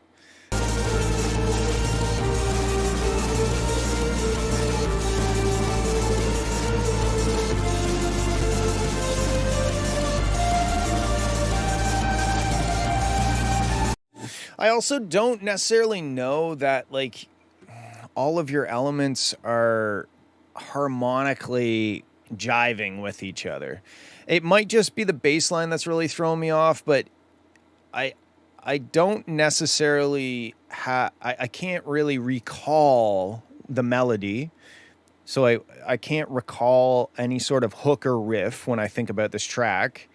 It's hard for me to listen to it and like pick out like a specific chord progression even. I think a good place to start would be to go into your bass line and simplify, and then make sure that your strings and all the other harmonic information, make sure that they are all playing the same song, so to speak. You know, they're all changing chords at the same time. They're all if it's a F major chord, whatever, they're all playing notes that are in that, unless you want to get a little spicy for some reason. I think really the best place to start would just be to simplify the bass. And then I'd probably bring your drums up a bit because they just kind of sound like a background element. And maybe like a lead instrument. Maybe that's one of the reasons why I can't really recall any of the melody, is because the melody is really being played on the strings, which are sustained kind of slow moving strings that are also playing the chords. So maybe there's like room for a lead element that can really emphasize what the main melody of the song is. That might help as well.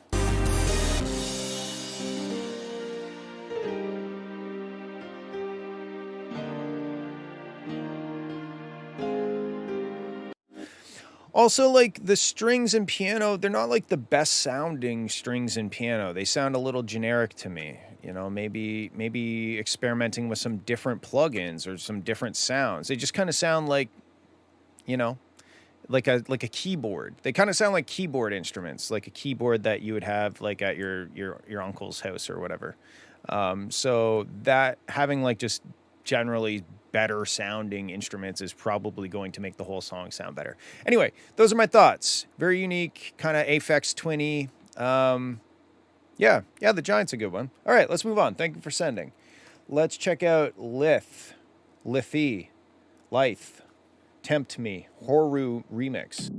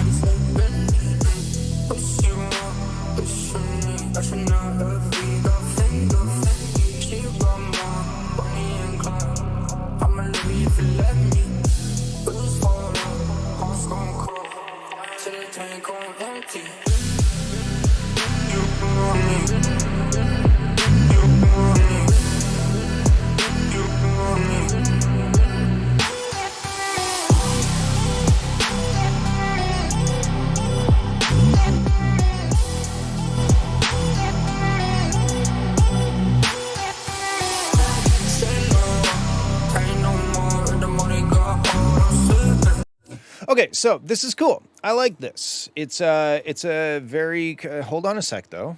Just one moment. While I've got you on the line. LITH. Oh, you're lucky. I just saw this over here. Interesting.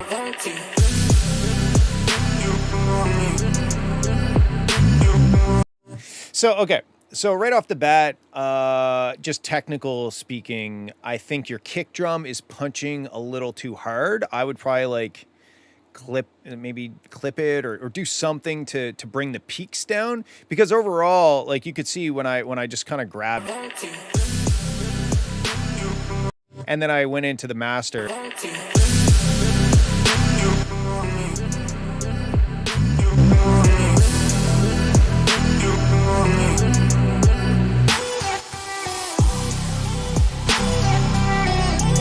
Like all of a sudden the track comes to life a lot more because everything's kind of getting pushed up and glued together. But your kick drum is very loud compared to the rest of the elements in the track. So I'd probably bring your kick drum, maybe not turn it down, but maybe just have like, let's see if we can find a kick drum by itself. The vocal with the reverb and high. Like I would even maybe take your kick drum. I'll send this to a track. I'd maybe take your kick drum and do something like this. Why can't I remember the alphabet? This is a daily occurrence for me. You know, maybe this sort of thing. And what you'll notice, what blows me away every time is when you do this sort of... A lot of the time with like, say like a snare that has a very large transient, you can cut all of this off and the snare won't sound any different. It'll, like, you won't notice that maybe the snare was going all the way up here. Now you've just said, no, you can't go past here, and it just hard cuts it. You can't even tell that you did it, but now all of a sudden your master limiter can be brought way down further without any sort of weird peaks triggering like this big dip, and you hear the pumping in the master bus. So you can get away with a lot of this clipping and stuff like that on certain types of elements, like stuff that has really small but loud, like short but loud transients. You can clip the shit out of those, because you got to think that transient is a high frequency sound. And when you clip something, you're adding high frequency sound. Like that's what happens when you clip something. You're adding a sharp edge where you've clipped it. And that sharp edge has a lot of high frequency information and harmonics in it. But because you're only clipping this tiny little transient that is high frequency sound, you're just adding a little bit more high frequency sound, but you're limiting the amplitude of it so that your master limiter doesn't get fucked by this huge short peak. Anyway, why do I sound like I'm pissed off and passionate about this topic, but I don't know what's happening. I don't understand my emotions half of the time. Okay, so I think you're off to a wicked start. It's very cool. I would say that this whole section, it just kind of sounds very the same. So what you're going to have to do is figure out what kind of elements you're going to bring in. And yeah, I'm angry. You got to figure out what elements you're going to bring in to set things apart. You need to figure out how to set the chorus apart from the verse. You know what I'm saying? God damn it. Sorry, passionate.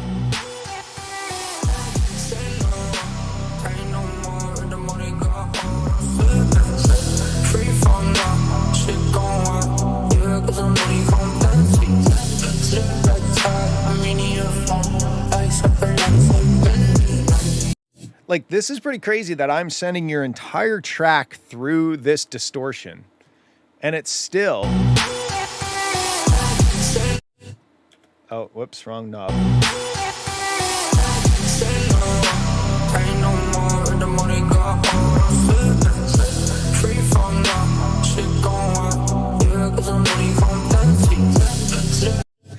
Like, that's pretty crazy. Anyway, and that's pretty funny, Kadi. Okay, that's what I think. I think, like, you're off to a wicked start. The only real technical suggestion I would have is that kick drum thing. Clip it, bring down the peaks, do something so that you can make the whole song much louder. Once you do that, Now you need to figure out, because the whole track is kind of like slow and a bit like smoky and vibey, but you're still going to have to figure out how to designate certain sections of the track. Where's the verse? Where's the chorus?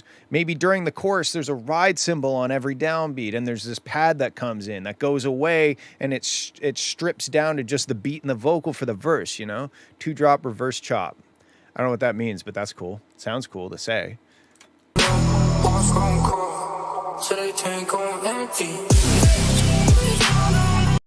I mean, even just like mastering it louder, even in a bad way, it's still pretty dope. Like if we compare,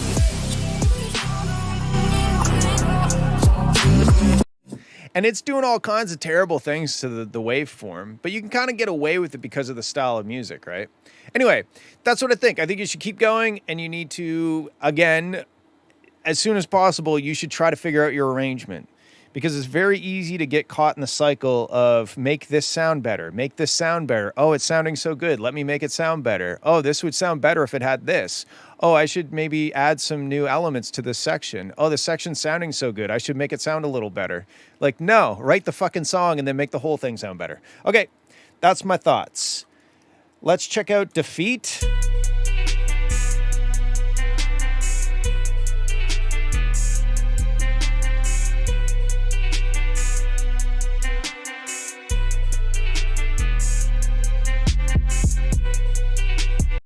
Okay, so musically it's cool. The strings and like the bing, biddling, ding, dang, whatever that is. It almost sounds like a hammered dulcimer or something. Like those, what you're doing, what you're playing on them sounds good. The musicality of it is good. It's got a vibe. I would say the 808 is kind of loud. Like it's very, very bassy. Like the song is like 808. No, that's not a hammered dulcimer. What is it? Is it a sober dulcimer? I don't really know. Anyway, I think that the thing that this is suffering from the most is your choice of instrument. That string, again, sounds very like keyboard at your uncle's house. Sakura, thank you. Thank you. I'm not very cultural, as you can tell.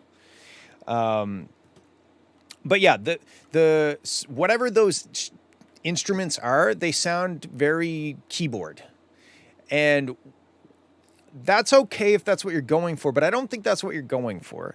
I think that especially the strings, those high strings, they especially sound keyboard.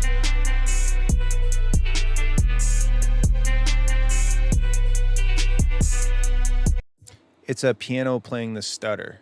That's a piano. Oh, it's just like filtered or something. Oh, that's kind of cool. It's mostly the strings that I'm having an issue with, like the sound of them. They just sound just kind of generic. They kind of sound like if you ever watch the X-Files, like 95% of their music and score is all like that kind of strings, like 90s keyboard strings. The beat is cool. The drums sound dope. Like the drums are the strong part in this, I think.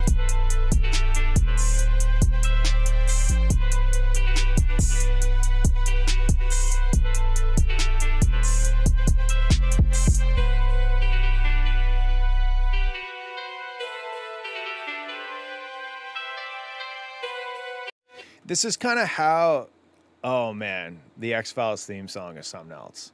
The instruments I got from BBC Symphony. I don't really know what that is, but I think it's just the strings that's really I wouldn't say they're really bothering, but it's really just the strings that are bothering me. But you can also see, like, look at the amplitude of your 808.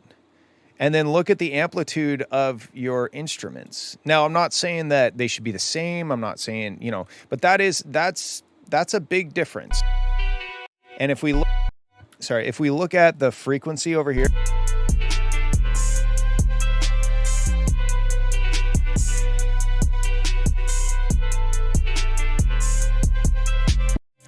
So you can see like how loud, oopsies, how loud that sub is compared to like the rest of the track. I would say that this is your sub.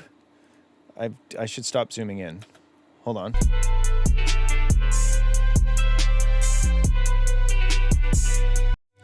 Okay, here we go.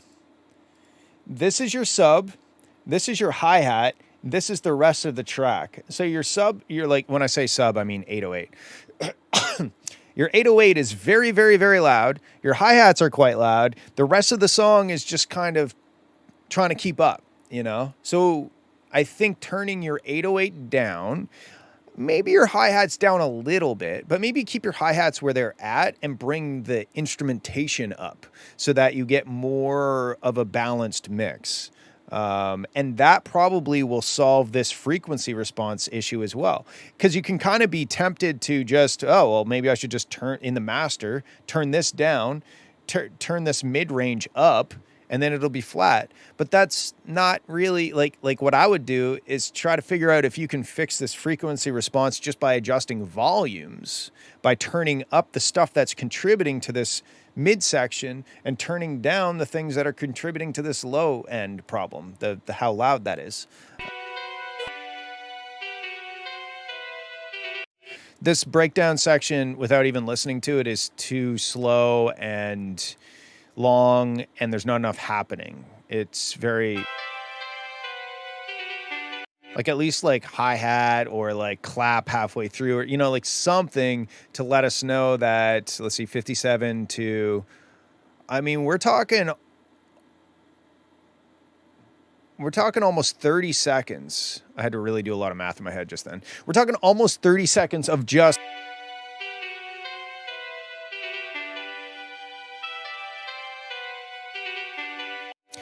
even just to let us know that, like, hey, don't worry, we're going to get back to the beat soon.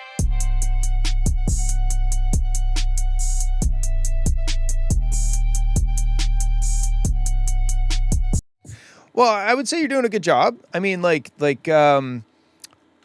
if you turned your 808 down maybe 4 dB and turned your snare up maybe 3 dB, I think your drums would be fairly good with each other, like balanced within the drum group. And then I would take like your instrumentation, or actually what I'd probably do is then send all those drums to a bus, turn the bus down maybe like 3 dB, and then turn everything up in the master to compensate for all of those reductions that you've just done. It's usually better to turn things down. You could argue that it's the exact same thing. If you turn everything down except one thing, then why didn't you just turn that one thing up? But it's usually easier because then you're not going to be like clipping the input to your master effects and stuff like that to bring stuff down. Anyway. In my opinion, no, it's the opposite, but that's just my opinion.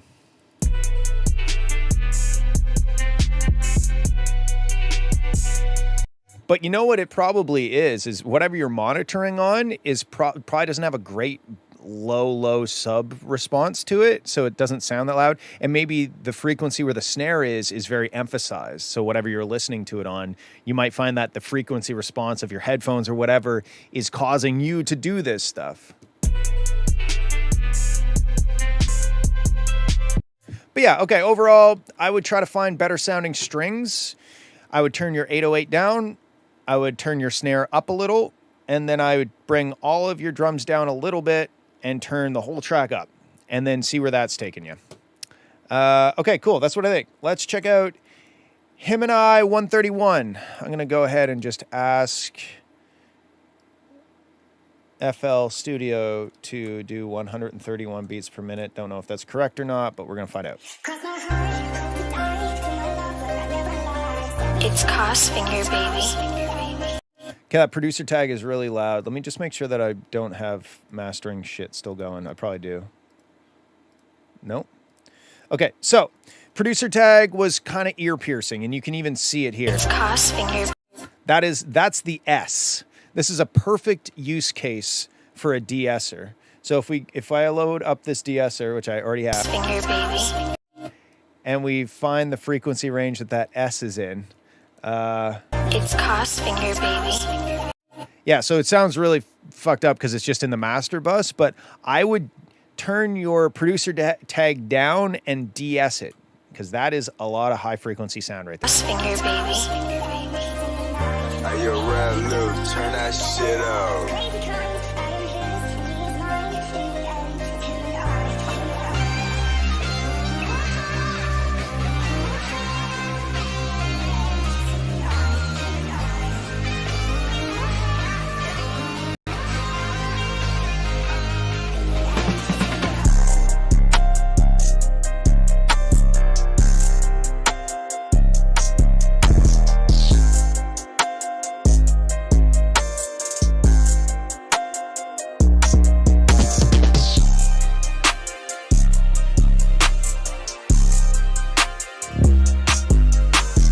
Okay, yeah, the beat is cool.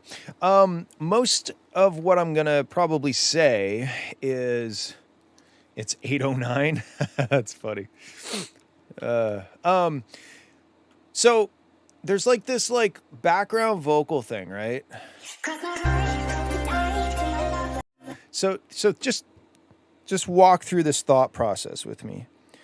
The track starts. We have this female vocal singing. I'm probably going to try to listen to the female vocalist sing, and I'm trying to, like, okay, she's singing. Let's listen to what she's singing. But then It's Cos Finger, baby. you got your producer tag on top of the main vocals, right? It's Cos Finger, baby. Hey, yo, Red Luke. Then you have this other vocal thing on top of the main vocals. So I'm a little confused. Like, why are the vocals there at all? They're not really acting as vocals so much as they're kind of acting like a background element. But, oh, how did I close? I closed one of these. There we go. But I don't think they should be a background element. I think you should, and I don't know, maybe you don't have, maybe like it's all baked into like one loop thing that you're doing, and that's going to limit what you're able to do. But just from a listener point of view, it's kind of confusing. I'm like, am I listening to what sounds like the main vocals, or am I listening to the producer tag? And then when it gets here, there's like more, there's more elements that come in, and they're all cool. Like, don't get me wrong. This is like, it's got a cool vibe to it. It's a cool track, but the mix of those vocals and the way that you are putting things on top of the vocals, it's kind of confusing as a listener as to what those vocals are, because I can't understand what she's singing. They're mixed too low in the mix for me to understand them. And then there's also stuff on top of them. So it's like, should I be listening to these vocals, or are they not that important? If you have access to it, I would probably just pull the vocals out, because I'm assuming this is going to be like a beat that has rapping on it or something. To me, that's what this sounds like. It sounds like it's like a beat that's going to have a rap on it. And if that's the case, maybe you don't need those female vocals in the start. They just kind of, it's almost like, should they be there at all?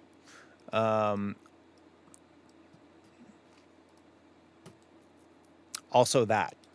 Okay, so then when it gets to the beat,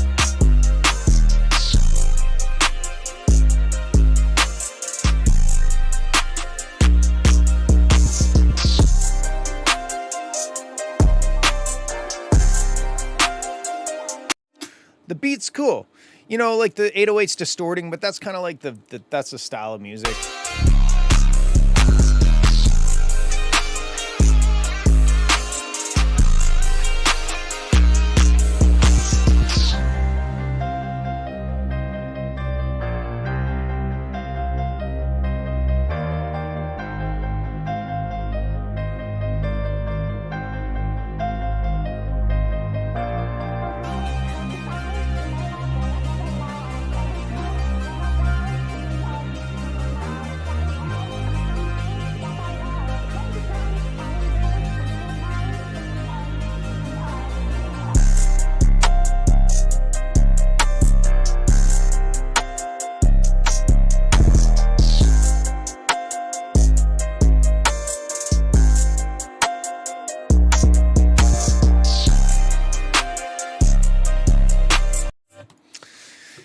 Yeah, Boris has a good point. Hey, Boris knows this beat's kind of fire.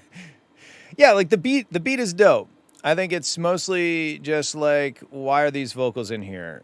And if they are, have them in there. Don't have them kind of half in there. But besides that, I think the beat is dope. It's very dramatic. It sounds like, you know, like we're fighting the good fight. You know, we're trying to overcome some sort of oppression. I don't know. It's got an identity. It sounds cool. That's my main thing. The producer tag, DS it, turn it down. And then get a rapper on it, because I think that's what it needs now. All right, moving on. Let's check out Foyzen. Still don't have a name. I feel like Cody is one of the worst at naming his tracks, but don't quote me on that.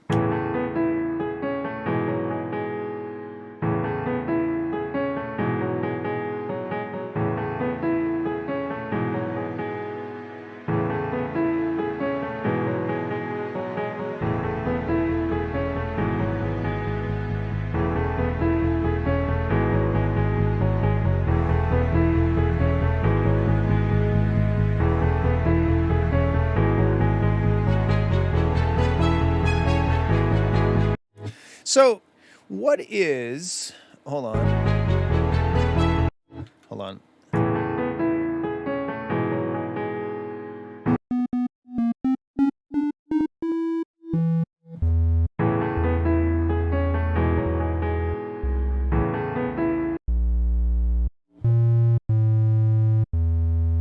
So I think the bass should be A, E, but what is it? It is...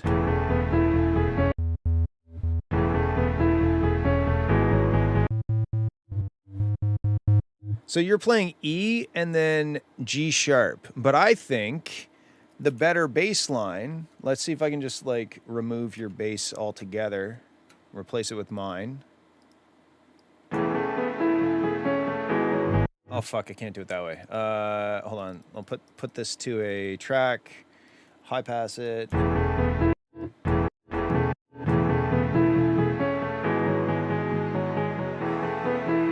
Okay, whatever. We'll try that. So what did I say?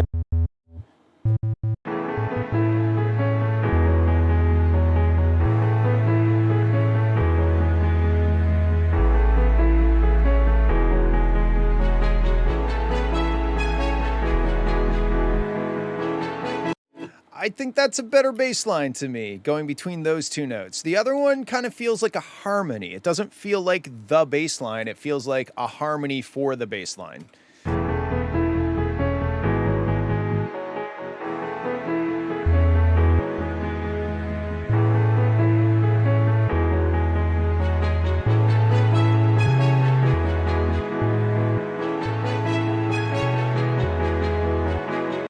I don't know. I don't know what you think about that, but even just doing, yeah,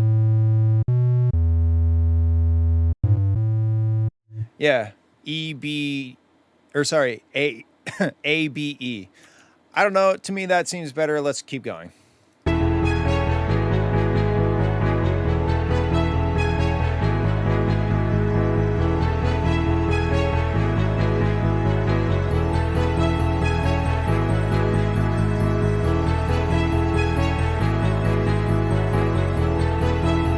I think everything up to this section could be condensed quite a bit.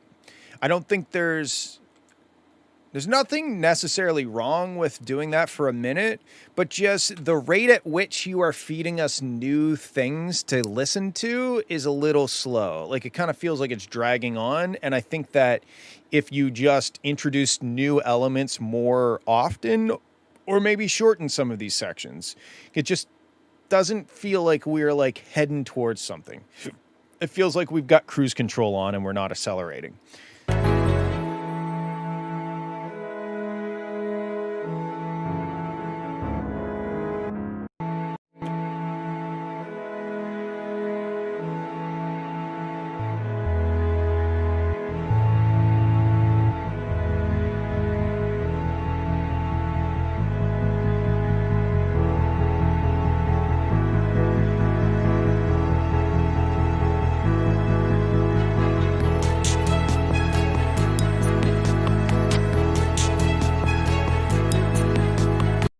So like, why not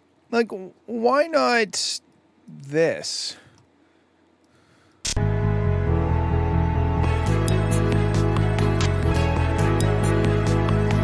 Like that with the bass line I suggested. Hey, what's up, Captain Everett? Yeah, I'll listen to anything except we are full up for today. But I do this every Friday at 5 p.m. AST. So if you want to send one in, go to the Discord and I'll open a thread after I'm done this stream for next week and we'll have a listen then.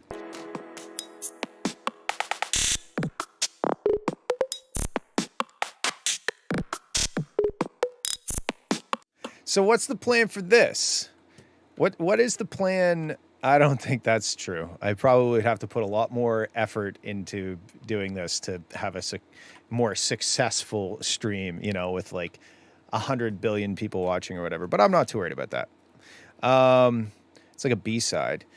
I mean, why not build the track up and then have like this as like the main section, like this sort of thing. What's the track?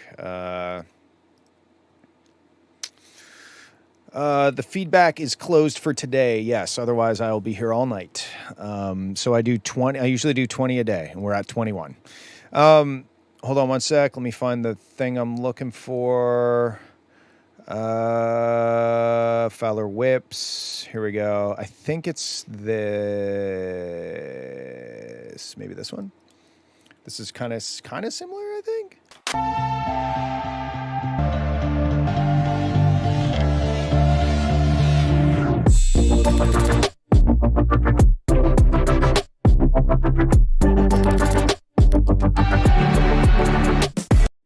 So like this one has like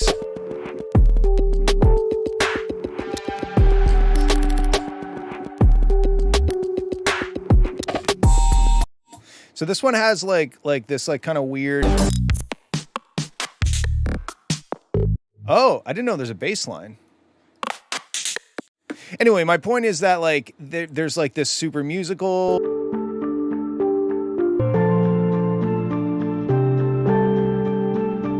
So there's like this musical part, but then it kind of goes to.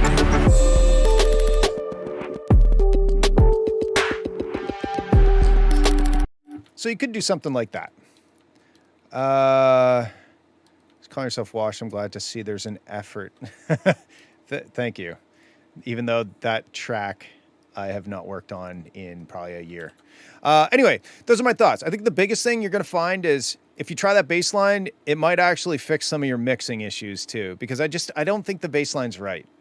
I think the bass line is almost backwards of what it should be. So maybe try that. I don't know what I'm talking about. Never do, but I'm glad you guys find it entertaining in some way. All right, let's move on. We got Bump in Dat. Bump in Dat.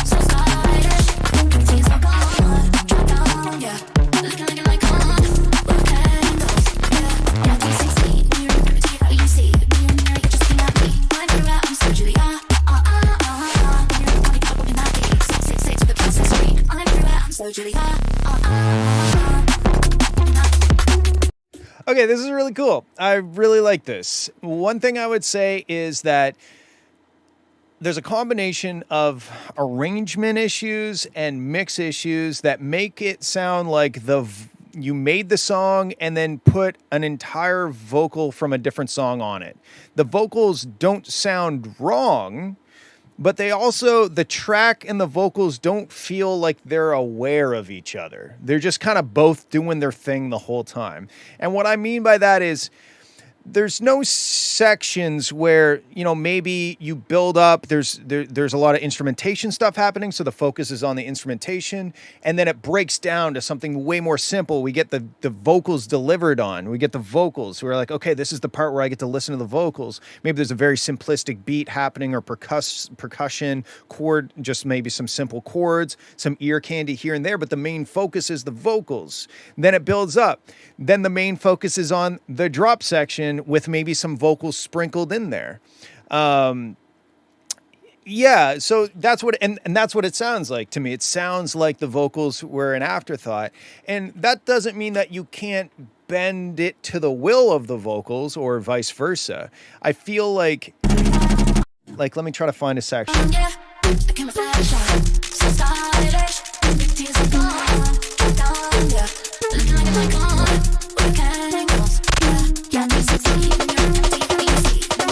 Like right about here, this is when we start like this. The only thing that's really causing the vocals to feel like an afterthought is how loud those chunks are. Like it's not that bad, but the chunks are quite loud and the vocals are kind of, whenever the chunk happens, the vocals are kind of taking a step back. But when you bring in these drums, all of a sudden, I no longer can understand a single fucking word she's saying. I can tell that there's vocals still in there, but the snare is taking more of my attention than the vocals. And the snare sounds dope, by the way. I think you're mostly going to have luck with arrangement tweaks. So, like in this section, if you really wanted to go chunk with the snares, maybe the vocals aren't in there. But then you got to think, well, what is this section? Is this section now a build up to something? And if it is, then I better treat it like that. But I think you're going to have a easier time, instead of trying to keep the track the way it is and like mixing things different volumes. I don't think that's going to do it. Because it's build to pre-drop. Yeah. Because there's so much more to it than just volume, right? If you have like this crazy and busy and complex sound, that's going to take our attention away from the vocals, even if you turn the vocals up really loud and that sound really down. If it's still like a really crazy complex sound, our brains are just naturally going to move and focus in on that. So you got to make some calls on like what's happening in this section. Is this section going to be vocal focused, or is this section going to be more on the instrumentation? And then make not only mixing changes, but maybe I take out that sound. Maybe the drums go away altogether, except some very like subtle hi-hat to keep the beat, and it's more about the vocals, and then it's building up, it's getting messy. We get like a pre-drop vocal, and then it's more about the sound design and the drop sounds, with the vocals being thrown in as like accents or turnarounds or, that sort of stuff. And when you do throw them in, maybe in the little section where you have like a single line that she's singing, maybe like the bass stuff goes away and she delivers the line, and then the bass stuff comes back in. And that way the track, the instrumentation, and the vocals, they will sound like they're aware of each other, because the track is like think of them as a band.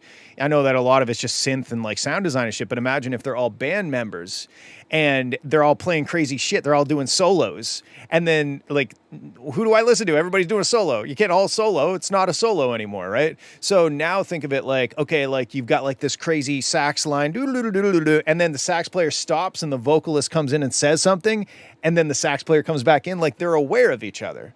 So that's basically the issue. That's, I think, maybe the only issue I have with this so far.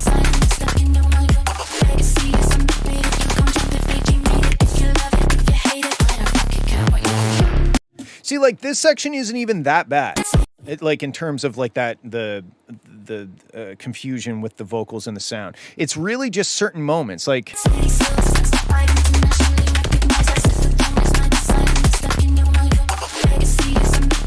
see, like even right here, this is a good example.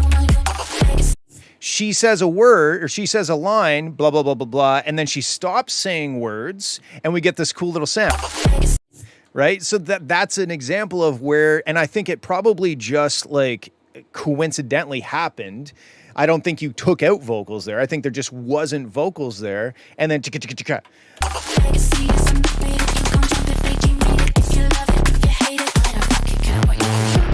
but like, okay, here's an example of where it's not good. Better fucking something, and then we like I can't hear what she's saying because we have that and it's so loud and she's still trying to sing underneath. So if that says, like, depending on what the words are, like maybe this is more focused on the vocal, and then the vocal, maybe if this line is like better fucking count it. I don't think that's the word. I don't think those are the words, but where is it? But say it was the words, better fucking count it, and there's no vocal there. So it's, you know, anyway, that's, I think you get my point. Care what you think. Okay, see, I can't hear think because it's underneath. So you kind of have to choose. Are we going to hear what she's saying, or are we going to hear the bass? Like, you can't have both at the same time because they're both attention whores. They both require all of our attention as a listener, and you can't focus on two things at the same time.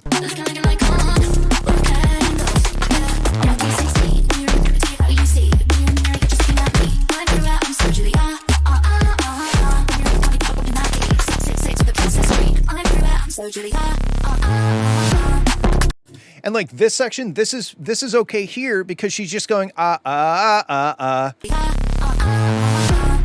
it kind of goes with the bass. Now like the bass is underneath of her doing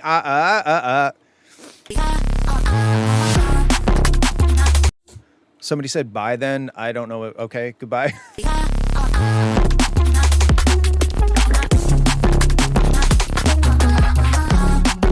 And this is a good example of like, okay, now you can get a little bit more crazy with the sound design because the vocals aren't words, and she's also singing it in a higher like register, so it can cut through where the bass is doing crazy bass shit. Like they work together. So it's, you know, anyway, there's no real hard, fast rules of when you can have vocals and when you can't have vocals. But if you're listening to it and you don't know the words and you can't understand the words, then that's when I draw the line.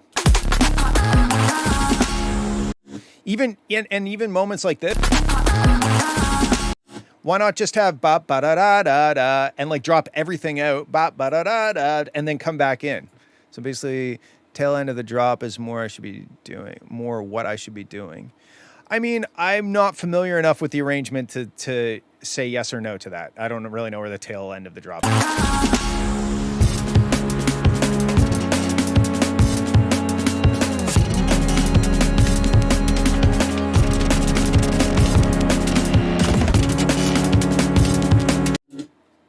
This is getting a bit messy.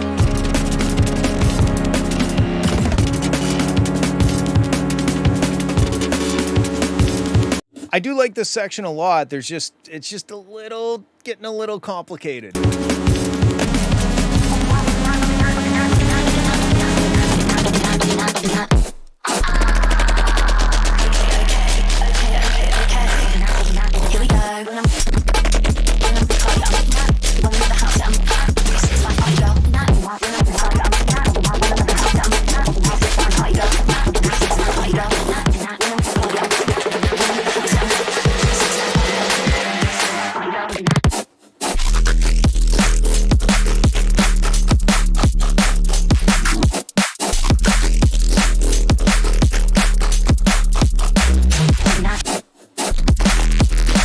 I mean, like, this part is sick, but it doesn't sound connected to the rest of the song. I feel like you should take this and just make another song out of this. Because it doesn't really...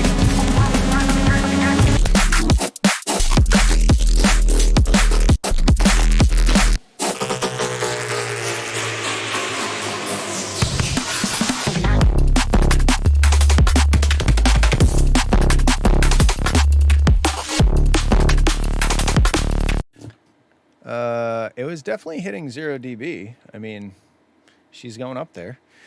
Yeah. Anyway, those are my thoughts. I think it's mostly about if you're gonna have vocals in a track, you gotta mix it like there's vocals in the track, and not only do you need to mix it, but you got to produce it like there's vocals in the track, which means making room for them, managing the audience's attention and not giving them too much shit all at the same time, because then they just get lost and confused and frustrated and they skip the song. But then the other thing is this random section is dope, but it just sounds like a totally different song. If it was me, I'd probably do this and then take this section that I cut out and like make another song out of it, because it's dope, but it just doesn't really, like, I don't know, it doesn't really seem like it fits with the rest of the track to me. Anyway, those are my thoughts. Thanks for sending those. Dope. All right, this one's just called Guns, I guess, so here we go.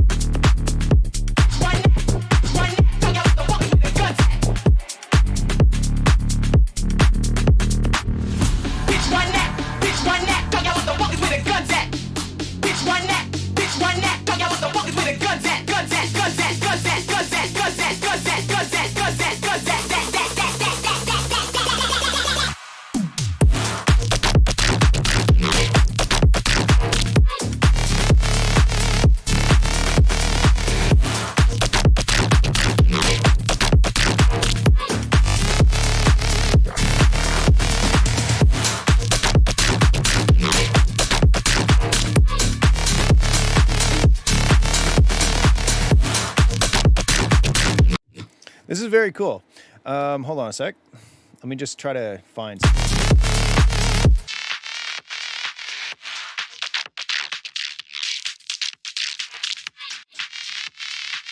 Okay, so you got like this, like that. It's a cool sound, but I think you need to tame this kind of frequency range in it. It's a bit harsh on the ears at louder levels, so let's try that.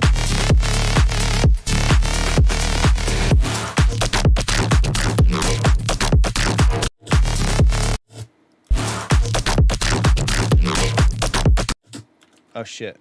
Hold on a sec. Yeah, so I wouldn't do this in your master. I'd do it in that sound, like in that track.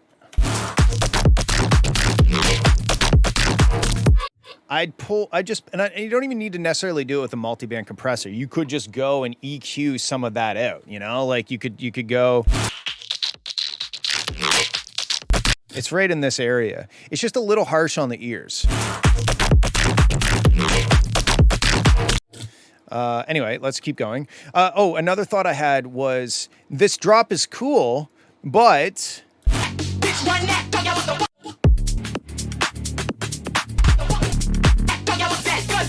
I would try FL Studio 2. So like your main element in the drop is that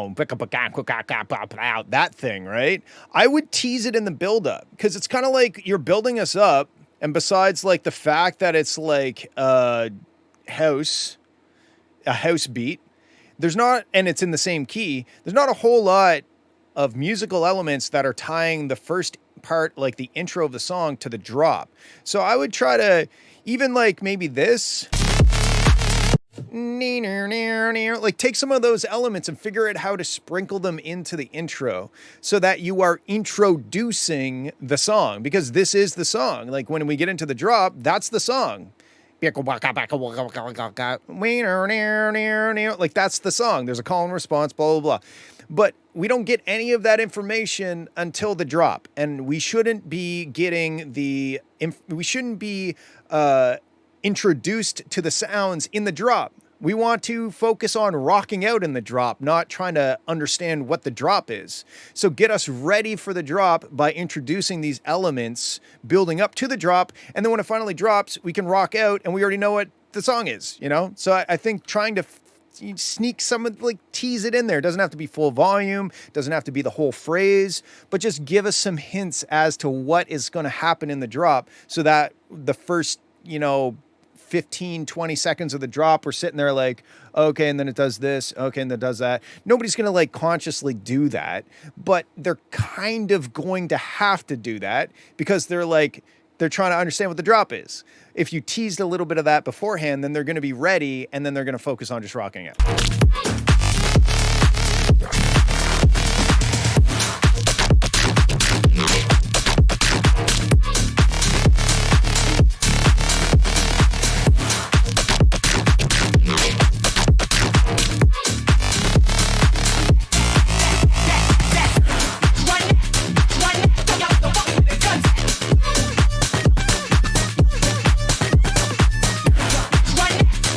Even like that little thing.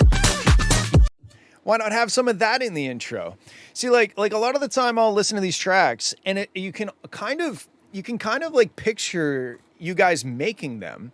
You're like, okay, I'm going to make the intro, done. I'm going to make the drop, done. I'm going to make this next section, done. And it's like you're like developing the song as you go through it, where that's fine as you're writing it, but now it's like, oh, now I have this cool weird sound. Maybe I should put that in the intro as well, like start moving it around. Question, is it always good to use a stereo imaging plugin to remove the low end of the bass for a right sound, or for a tight sound? You can, but that's kind of not the right way to do it. Like, in my opinion, remove the low end of the bass. I'm assuming you mean remove the low end from the side channels. So like if you were to do proper sub bass separation and stuff like that, it would be out of there anyway. Like your kick drum probably isn't going to have width, and your sub bass shouldn't have any width because it's a single waveform, whether it's like a sine wave or like a filtered square wave or whatever. And then all of your other sounds shouldn't have any sub bass in it because you should clean that out. And this is, of course, a rule of thumb. There's situations where you wouldn't want that to be the case. But for the most part, if you think about it, if you do sub bass separation, the only thing that's going to be in your sub range is going to be your sub bass, which is mono, like stereo mono, and your kick drum, which is stereo mono. And I don't know anything about color bass, so I can't comment on that. But like, yeah, you can do it. You can use like a stereo imaging thing to do some stuff. But the reason I'm hesitant to do that is because what else is that doing? Is it doing something else to the signal? I don't know, maybe, or maybe not. Maybe it's perfectly fine to do it. At the end of the day, here's the thing. At the end of the day, if it sounds good, it's good, right? But are you sure it sounds good? That's something I struggle with. Because like, okay, in my room, on my speakers with my ears, sounds good. But then all of a sudden I'm out at a club that's bounced to mono and it's got this weird frequency response to the room and my song sounds like fucking balls. So it's kind of like, if it sounds good, it's good, but you need to make sure it sounds good in as many situations as possible before you can say it actually sounds good. Okay, let's keep going.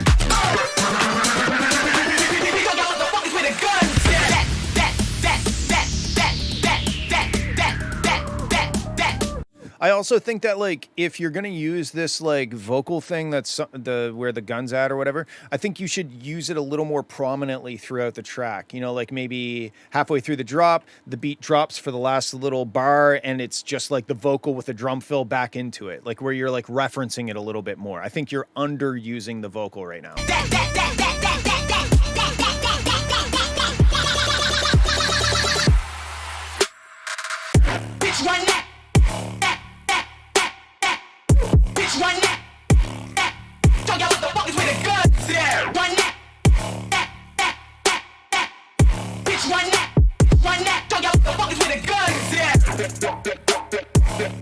So like, I really like this part too, but I think it needs more sub bass. Like, I think we need some sub bass hits or something.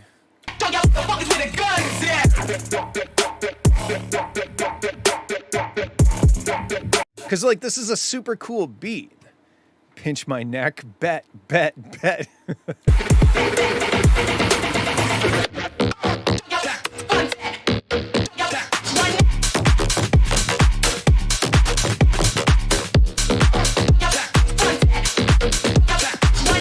And again, there was this weird sound over here. So, yeah, why not? Why is that only in that section? So, anyway, I think that you should distribute the sounds a little bit more to make the whole song feel more cohesive, so that we're not like listening for a while and all of a sudden there's like these new sounds that only happen once and then go away again. Bitch, run that. I like how I have no idea. He's the one that made it. Anyway, I like this ending section. To me, it doesn't flow very well. It sounds very prototypey, like you're like playing around with it.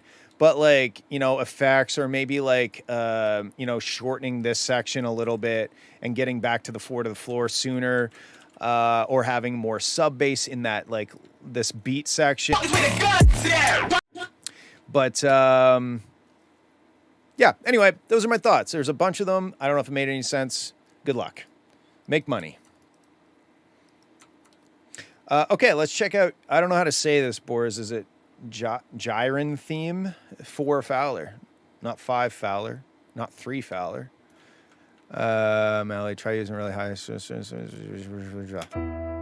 G-Rin. Okay, here we go. G-Rin theme, which I'm assuming is a Dragon Ball Z reference.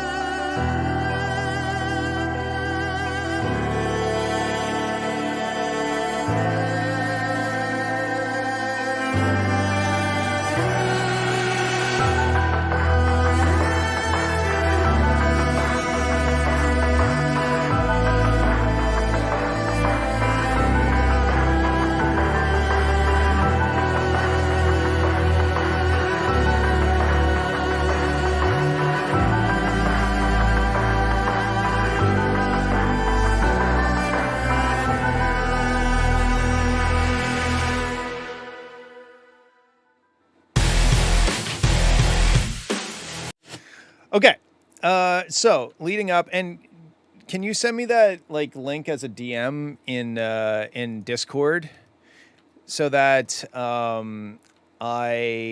because I don't know how to go into Twitch chat and stuff from here. So send it to me in Discord so that we can get the. It was actually, you couldn't really tell the low bit rate up until when it got to this section. Then I can kind of hear it and you can kind of see it. Leading up to that, this sounds dope. I think when it gets to this section.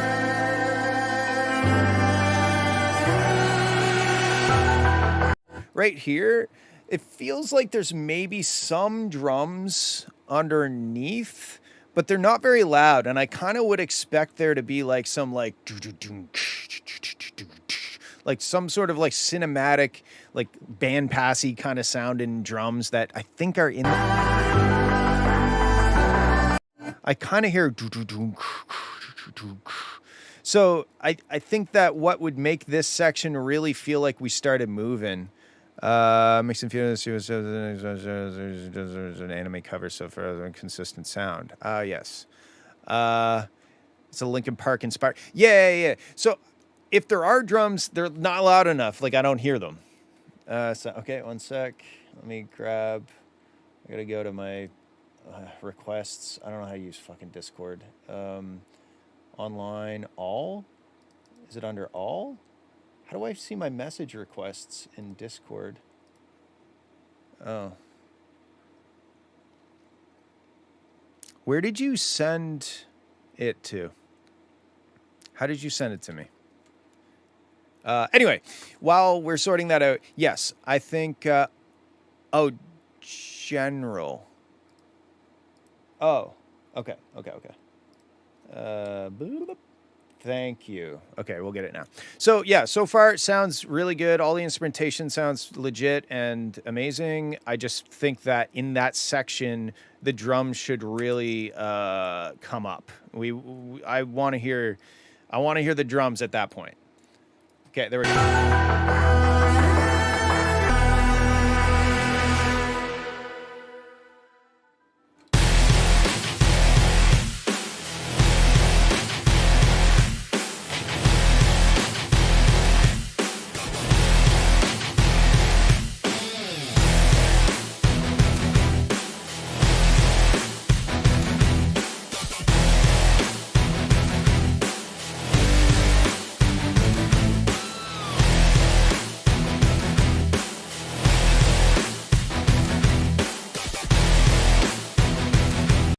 So like I can't quite put my finger on it yet, but I think first of all, the sub bass is very loud during certain notes.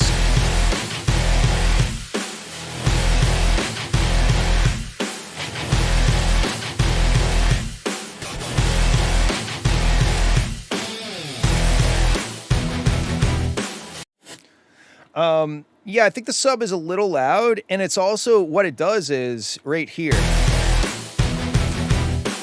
It now makes this section feel weak because we don't have the sub. You know what I mean?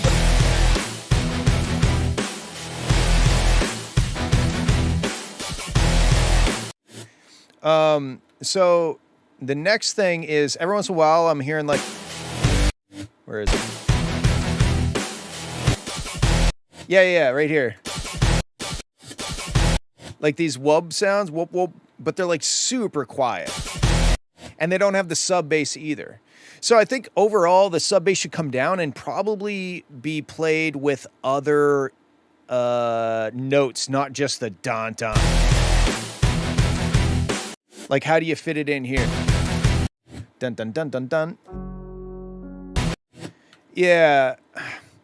It just feels like it feels like the sub bass is a sub bass. It doesn't sound like the sub bass is just the bottom end of like the guitar chugs. It doesn't feel transparent like that. It's very like, oh, there is a sub bass there. You know what I mean?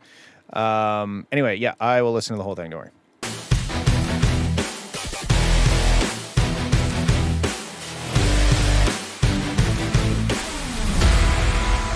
Same thing here, like this little that sound, like that Hoover kind of sound. It's quite low in the mix. So like you've got like the sub bass is super loud, the guitars are very loud, the wubs are very quiet. So they don't really feel balanced to me.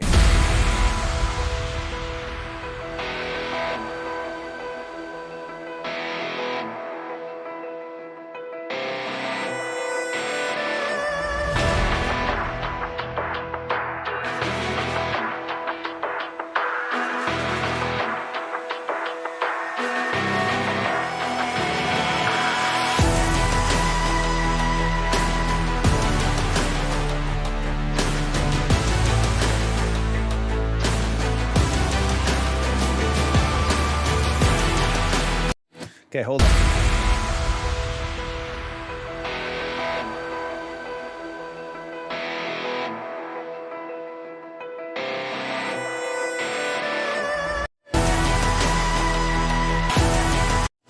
Why have this? Why not have this instead?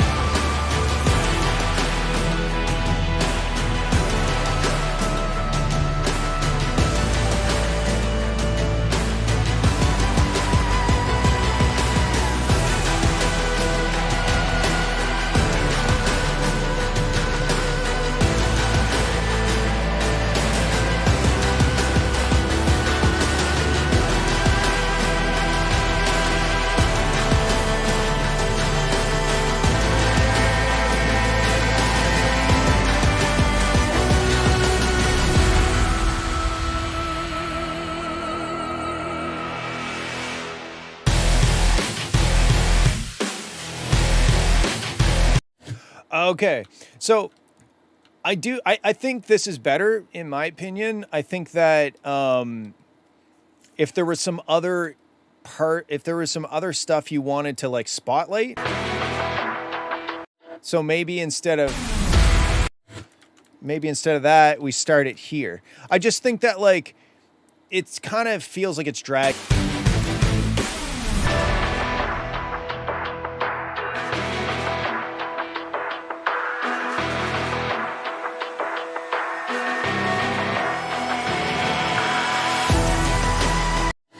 Yeah, like that would work too. And then you have the dun dun dun thing. So that's cool. I think that's better in my opinion. So now this is the other thing I'm realizing. Listen to so you have two notes. You have don don and then you have chukka don don. Well, the don don's very loud and the chukka is not. It's in the background again. It's almost similar in volume to your wub sounds where they don't feel loud enough because of how loud the sub bass and like those don don with the drums and the sub bass and the guitar and everything. Very, very loud, and then the stuff in between not so much. That chukka should be just as loud because really what you're trying to convey is that there's this like superhuman huge guitar going don don, but it's going don don chicka don don, and it should be more don don chicka don don, you know? Yeah, probably that would probably help.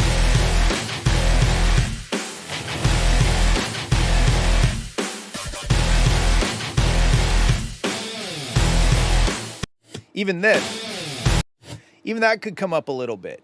It's like you can see it. You can visually see don don don don don don don don and all the stuff in between. It's not that it has to be a complete sausage the entire time, but if you want it to sound like don don chicka don don, which I think is what you're going for, it should go don don chicka don don, not don don chicka don don. And that's kind of what it's doing now.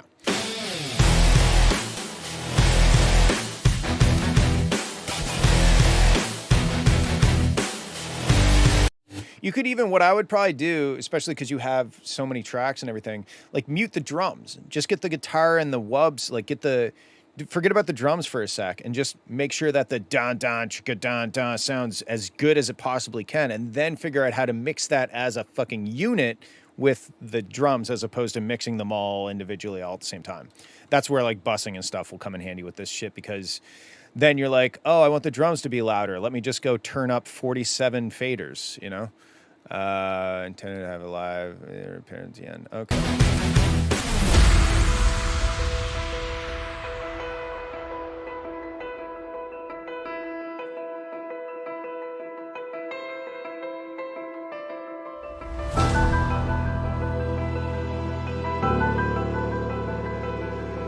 I think your panning on the piano is a bit aggressive here. Like it's kind of distractingly panned to one side.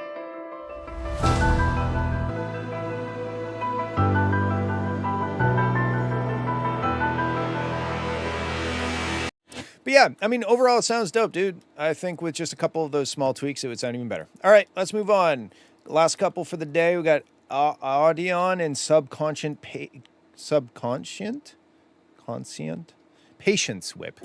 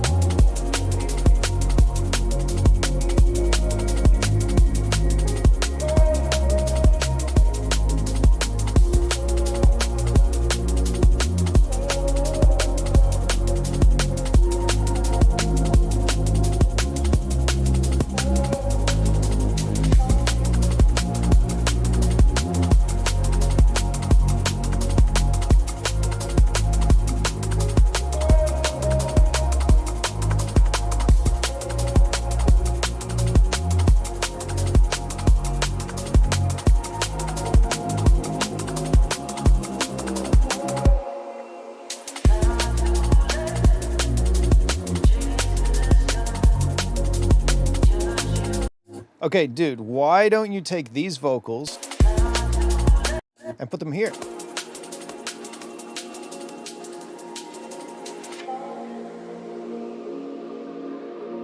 That would justify this section. Because, like, I looked at this and I was like, you know what? I'm not going to like this. I already know. I'm not going to like this because it looks like we were building up momentum and then you released all the momentum. But if you brought those vocals in and then built up and then took them out for the...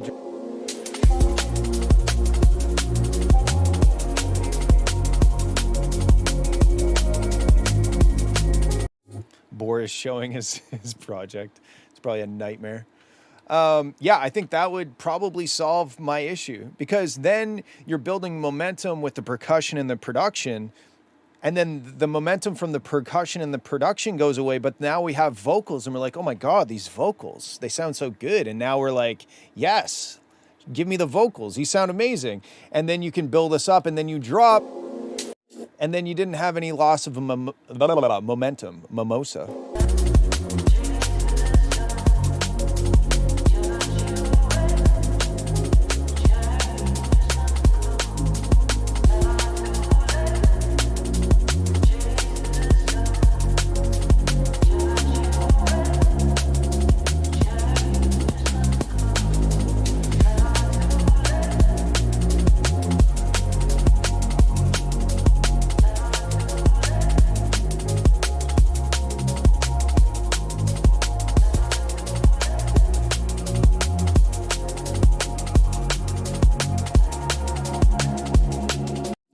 I also think that, you know, although I'm aware of kind of like how liquid drum and bass goes, I do feel like you're missing some ear candy stuff, some atmospheric like hits and things that just because we're kind of like, we're grooving, we're vibing, as the kids say, but we're kind of, you're on the edge of dragging on. Like it's kind of just a little here, maybe halfway through. It was good that you got the vocals, cool, but then like halfway through here, maybe if bum bum bum da da da bum bum bum ba da, like there's other things, stuff that's happening, and it reinvigorates us with stuff to listen to.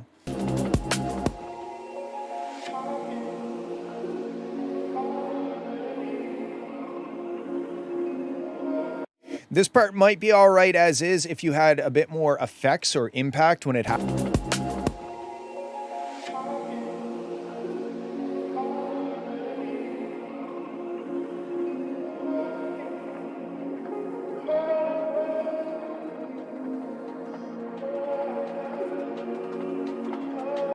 And just more ear candy, you know, like it's okay to take your time with this style of music. That's the whole point.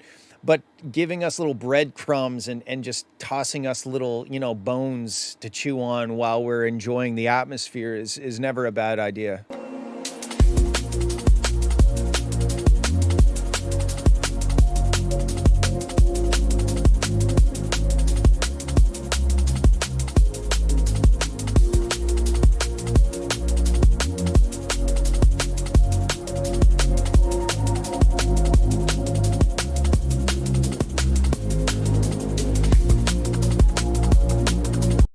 And also, like, you have a lot of kind of abstract, foggy melodies happening. You could probably have, like, an instrument that's a bit more well-defined in terms of the melody that's being played, you know, instead of like everything super ambient, have that as the basis, and that's kind of the foundation, but then have something that's maybe a little bit more well-defined in terms of like, it's like a bit more upfront in the notes that it's playing. Because right now I feel like I'm making up half of the melody in my head because there's just so many like cool notes floating around in like this abstraction around my head. I'm just like picking out notes, and that's the melody that I'm hearing. But you could do that, pick out the best melody, and then like reinforce it by playing a more nailed down sound that's not so ethereal.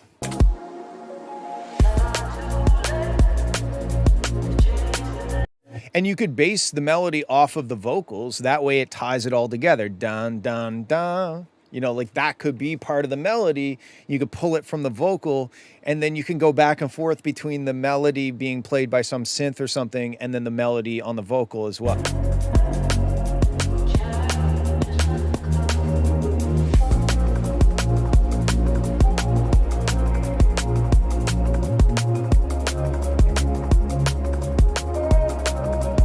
But like the mix, master, production, everything sounds great, dude. I think it's a little bit of an arrangement change and just adding some ear candy and a more well-defined melody that's based off of the vocal, and then it'll just all of a sudden feel more like a song and less like. I mean, it sounds like a song.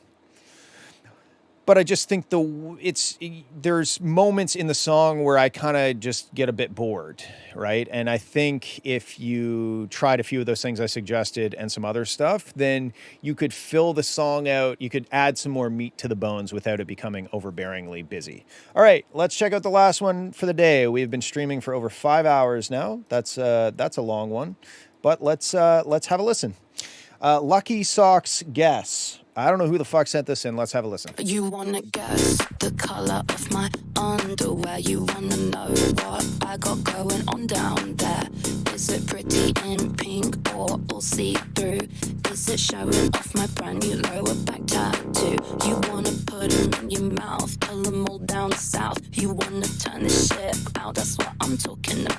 So right at this moment, got 1, 2, 3, 4, right here. You wanna put them in your mouth. There's got to be some more. There's got to be some more element. There's got to be one more element or something. I feel like, yes, the vocal is still developing. She's still saying more things, but like, you know, there's got to be a bit more build up in the track itself. Put them in your mouth, pull them all down south. You wanna turn this shit out, that's what I'm talking about. Put them in your mouth, pull them all down south. You wanna turn this shit out, that's what I'm talking about. Try it, bite it, lick it, spit it, put it to the side and get all up in it. Wearing post-it, might do mix it, send him to the daddy, I think he's with it. Try it, bite it, lick it, spit it, put it to the side and get all up in it. Wearing post-it, might do mix it. You wanna guess?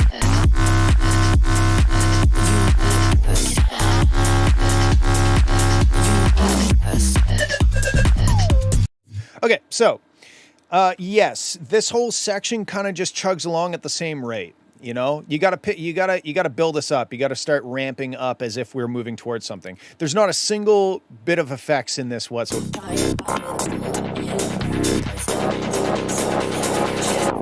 I guess like that's an effect, but like you're not like amping us up. You're not getting us ready for this beat, which is honestly very cool. I like how it drops, but I was like, oh, okay, we're here now. You know, like I wasn't like horny for it. You wanna guess?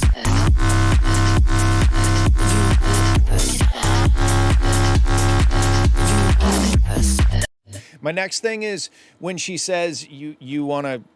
I don't know what she's saying. You want to guess? You want to... Whatever she's saying, this is the problem. I don't know what she's saying because there's so much stuff happening, again, on the vocals. This is such a common thing. And I get it because when you know the vocals and you've worked with them so much, your brain is adding volume to the vocals because you're like singing along in your head, whether you know it or not. So the vocals... Sometimes you become blind to the fact that there's like all of this shit on top of the vocals, and a normal person that hasn't heard the song before, they're not going to be able to understand these vocals, right? So you got to carve out spaces. You can't have important vocals and loud bass wubs all on top of each other at the same time. You got to cut things and take things out. Like think of hip hop when the beat drops and the rapper says a bunch of cool stuff and then the beat comes back in, you know, that sort of thing.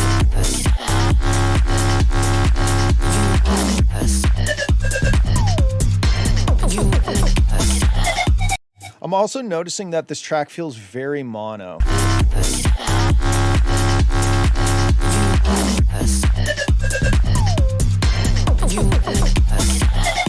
Yeah, this is very mono. So what I would do is you've got your main kind of bass. I would add a layer and add unison and make it wide and have it play. Don't make it sound like a separate synth. Make it sound like part of that ring. You might even just be able to add unison to that synth and spread it out. Or you could have a second synth, you could copy, like duplicate that current synth and fuck with it to make it wide and figure out how to layer it with that synth to just like have it nice and center and lots of energy in the center, but also have some width to it. Because I noticed it right away that like the track just feels very mono. And you can see like this is very, very mono. Straight up and down is like 100% mono. It's almost like your top drums are the only thing on the side. Let's actually take a listen.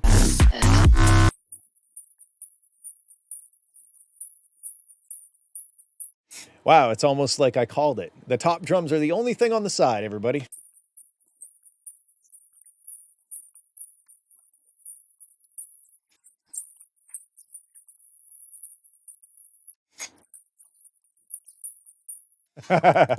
Yeah, so maybe make use of the stereo fields for more than just the top drums. Oh, that was unintentional. There we go. I'm back. Anyway, okay, let's keep going. Like all your sounds are dope, and the groove is everything's dope, but it's just like all in the middle.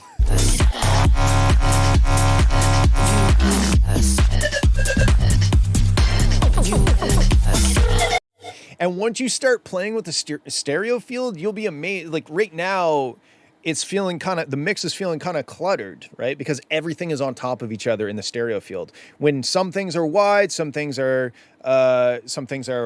narrow. There's more playing field. There's more stage for the play to happen.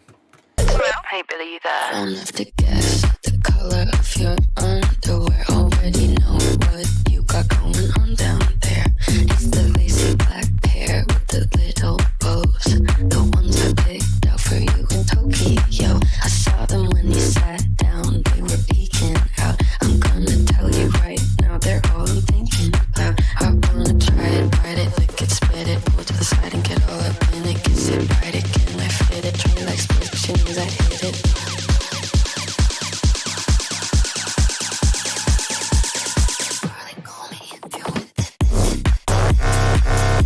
Here's the thing though, if you played this in a club, all that stereo shit wouldn't matter at all and it would fucking bang. But you want it to also be fun to listen to on headphones, and you want it to also be fun to listen to on a stereo or in your car, right? So like this track would kill on a dance floor for sure.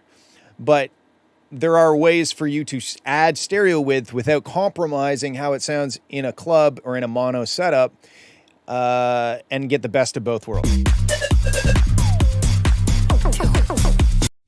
You gotta have a flight stick to navigate the arrangement.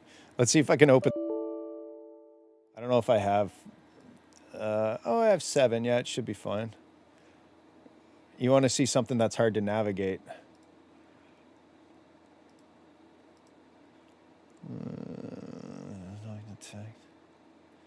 Where is it? Not G-Force. Why is it not? Oh, here we go. It knocked it.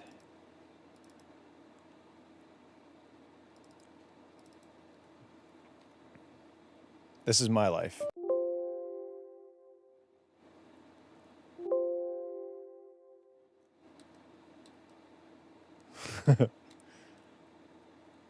It's not that bad, but it's like it can get a little issue-ish to navigate.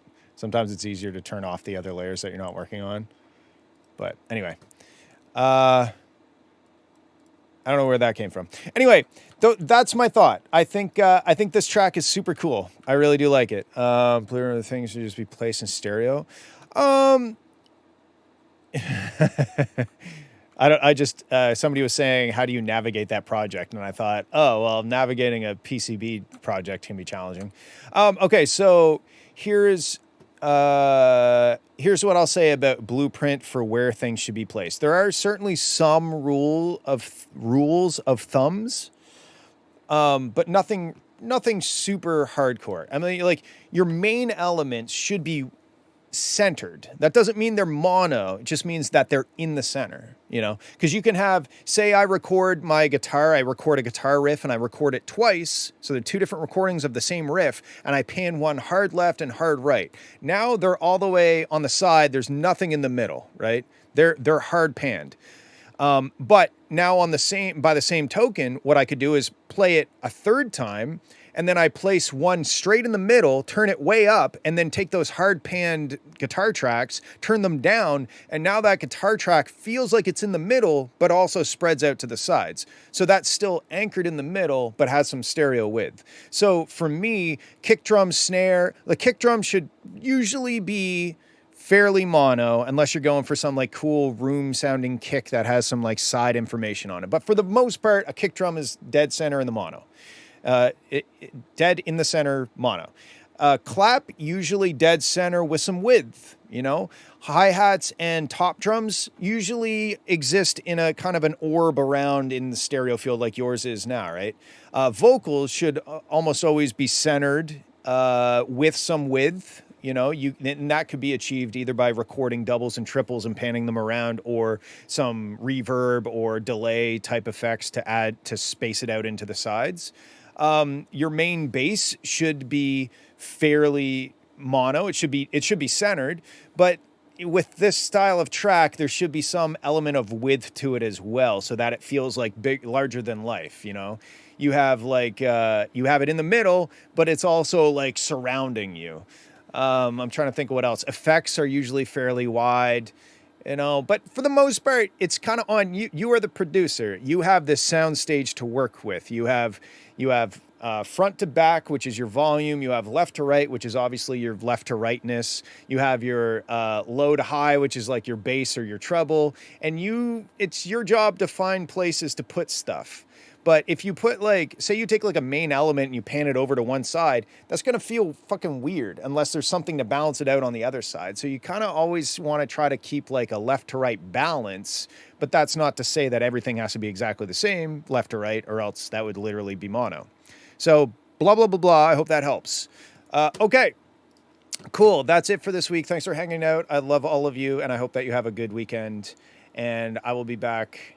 What's this Friday? Yes, I believe I will be here Friday. My summers kind of get busy sometimes, but I think this coming Friday I'll be here. So I'll open up a new thread for the new submissions for next week, and I will see you then.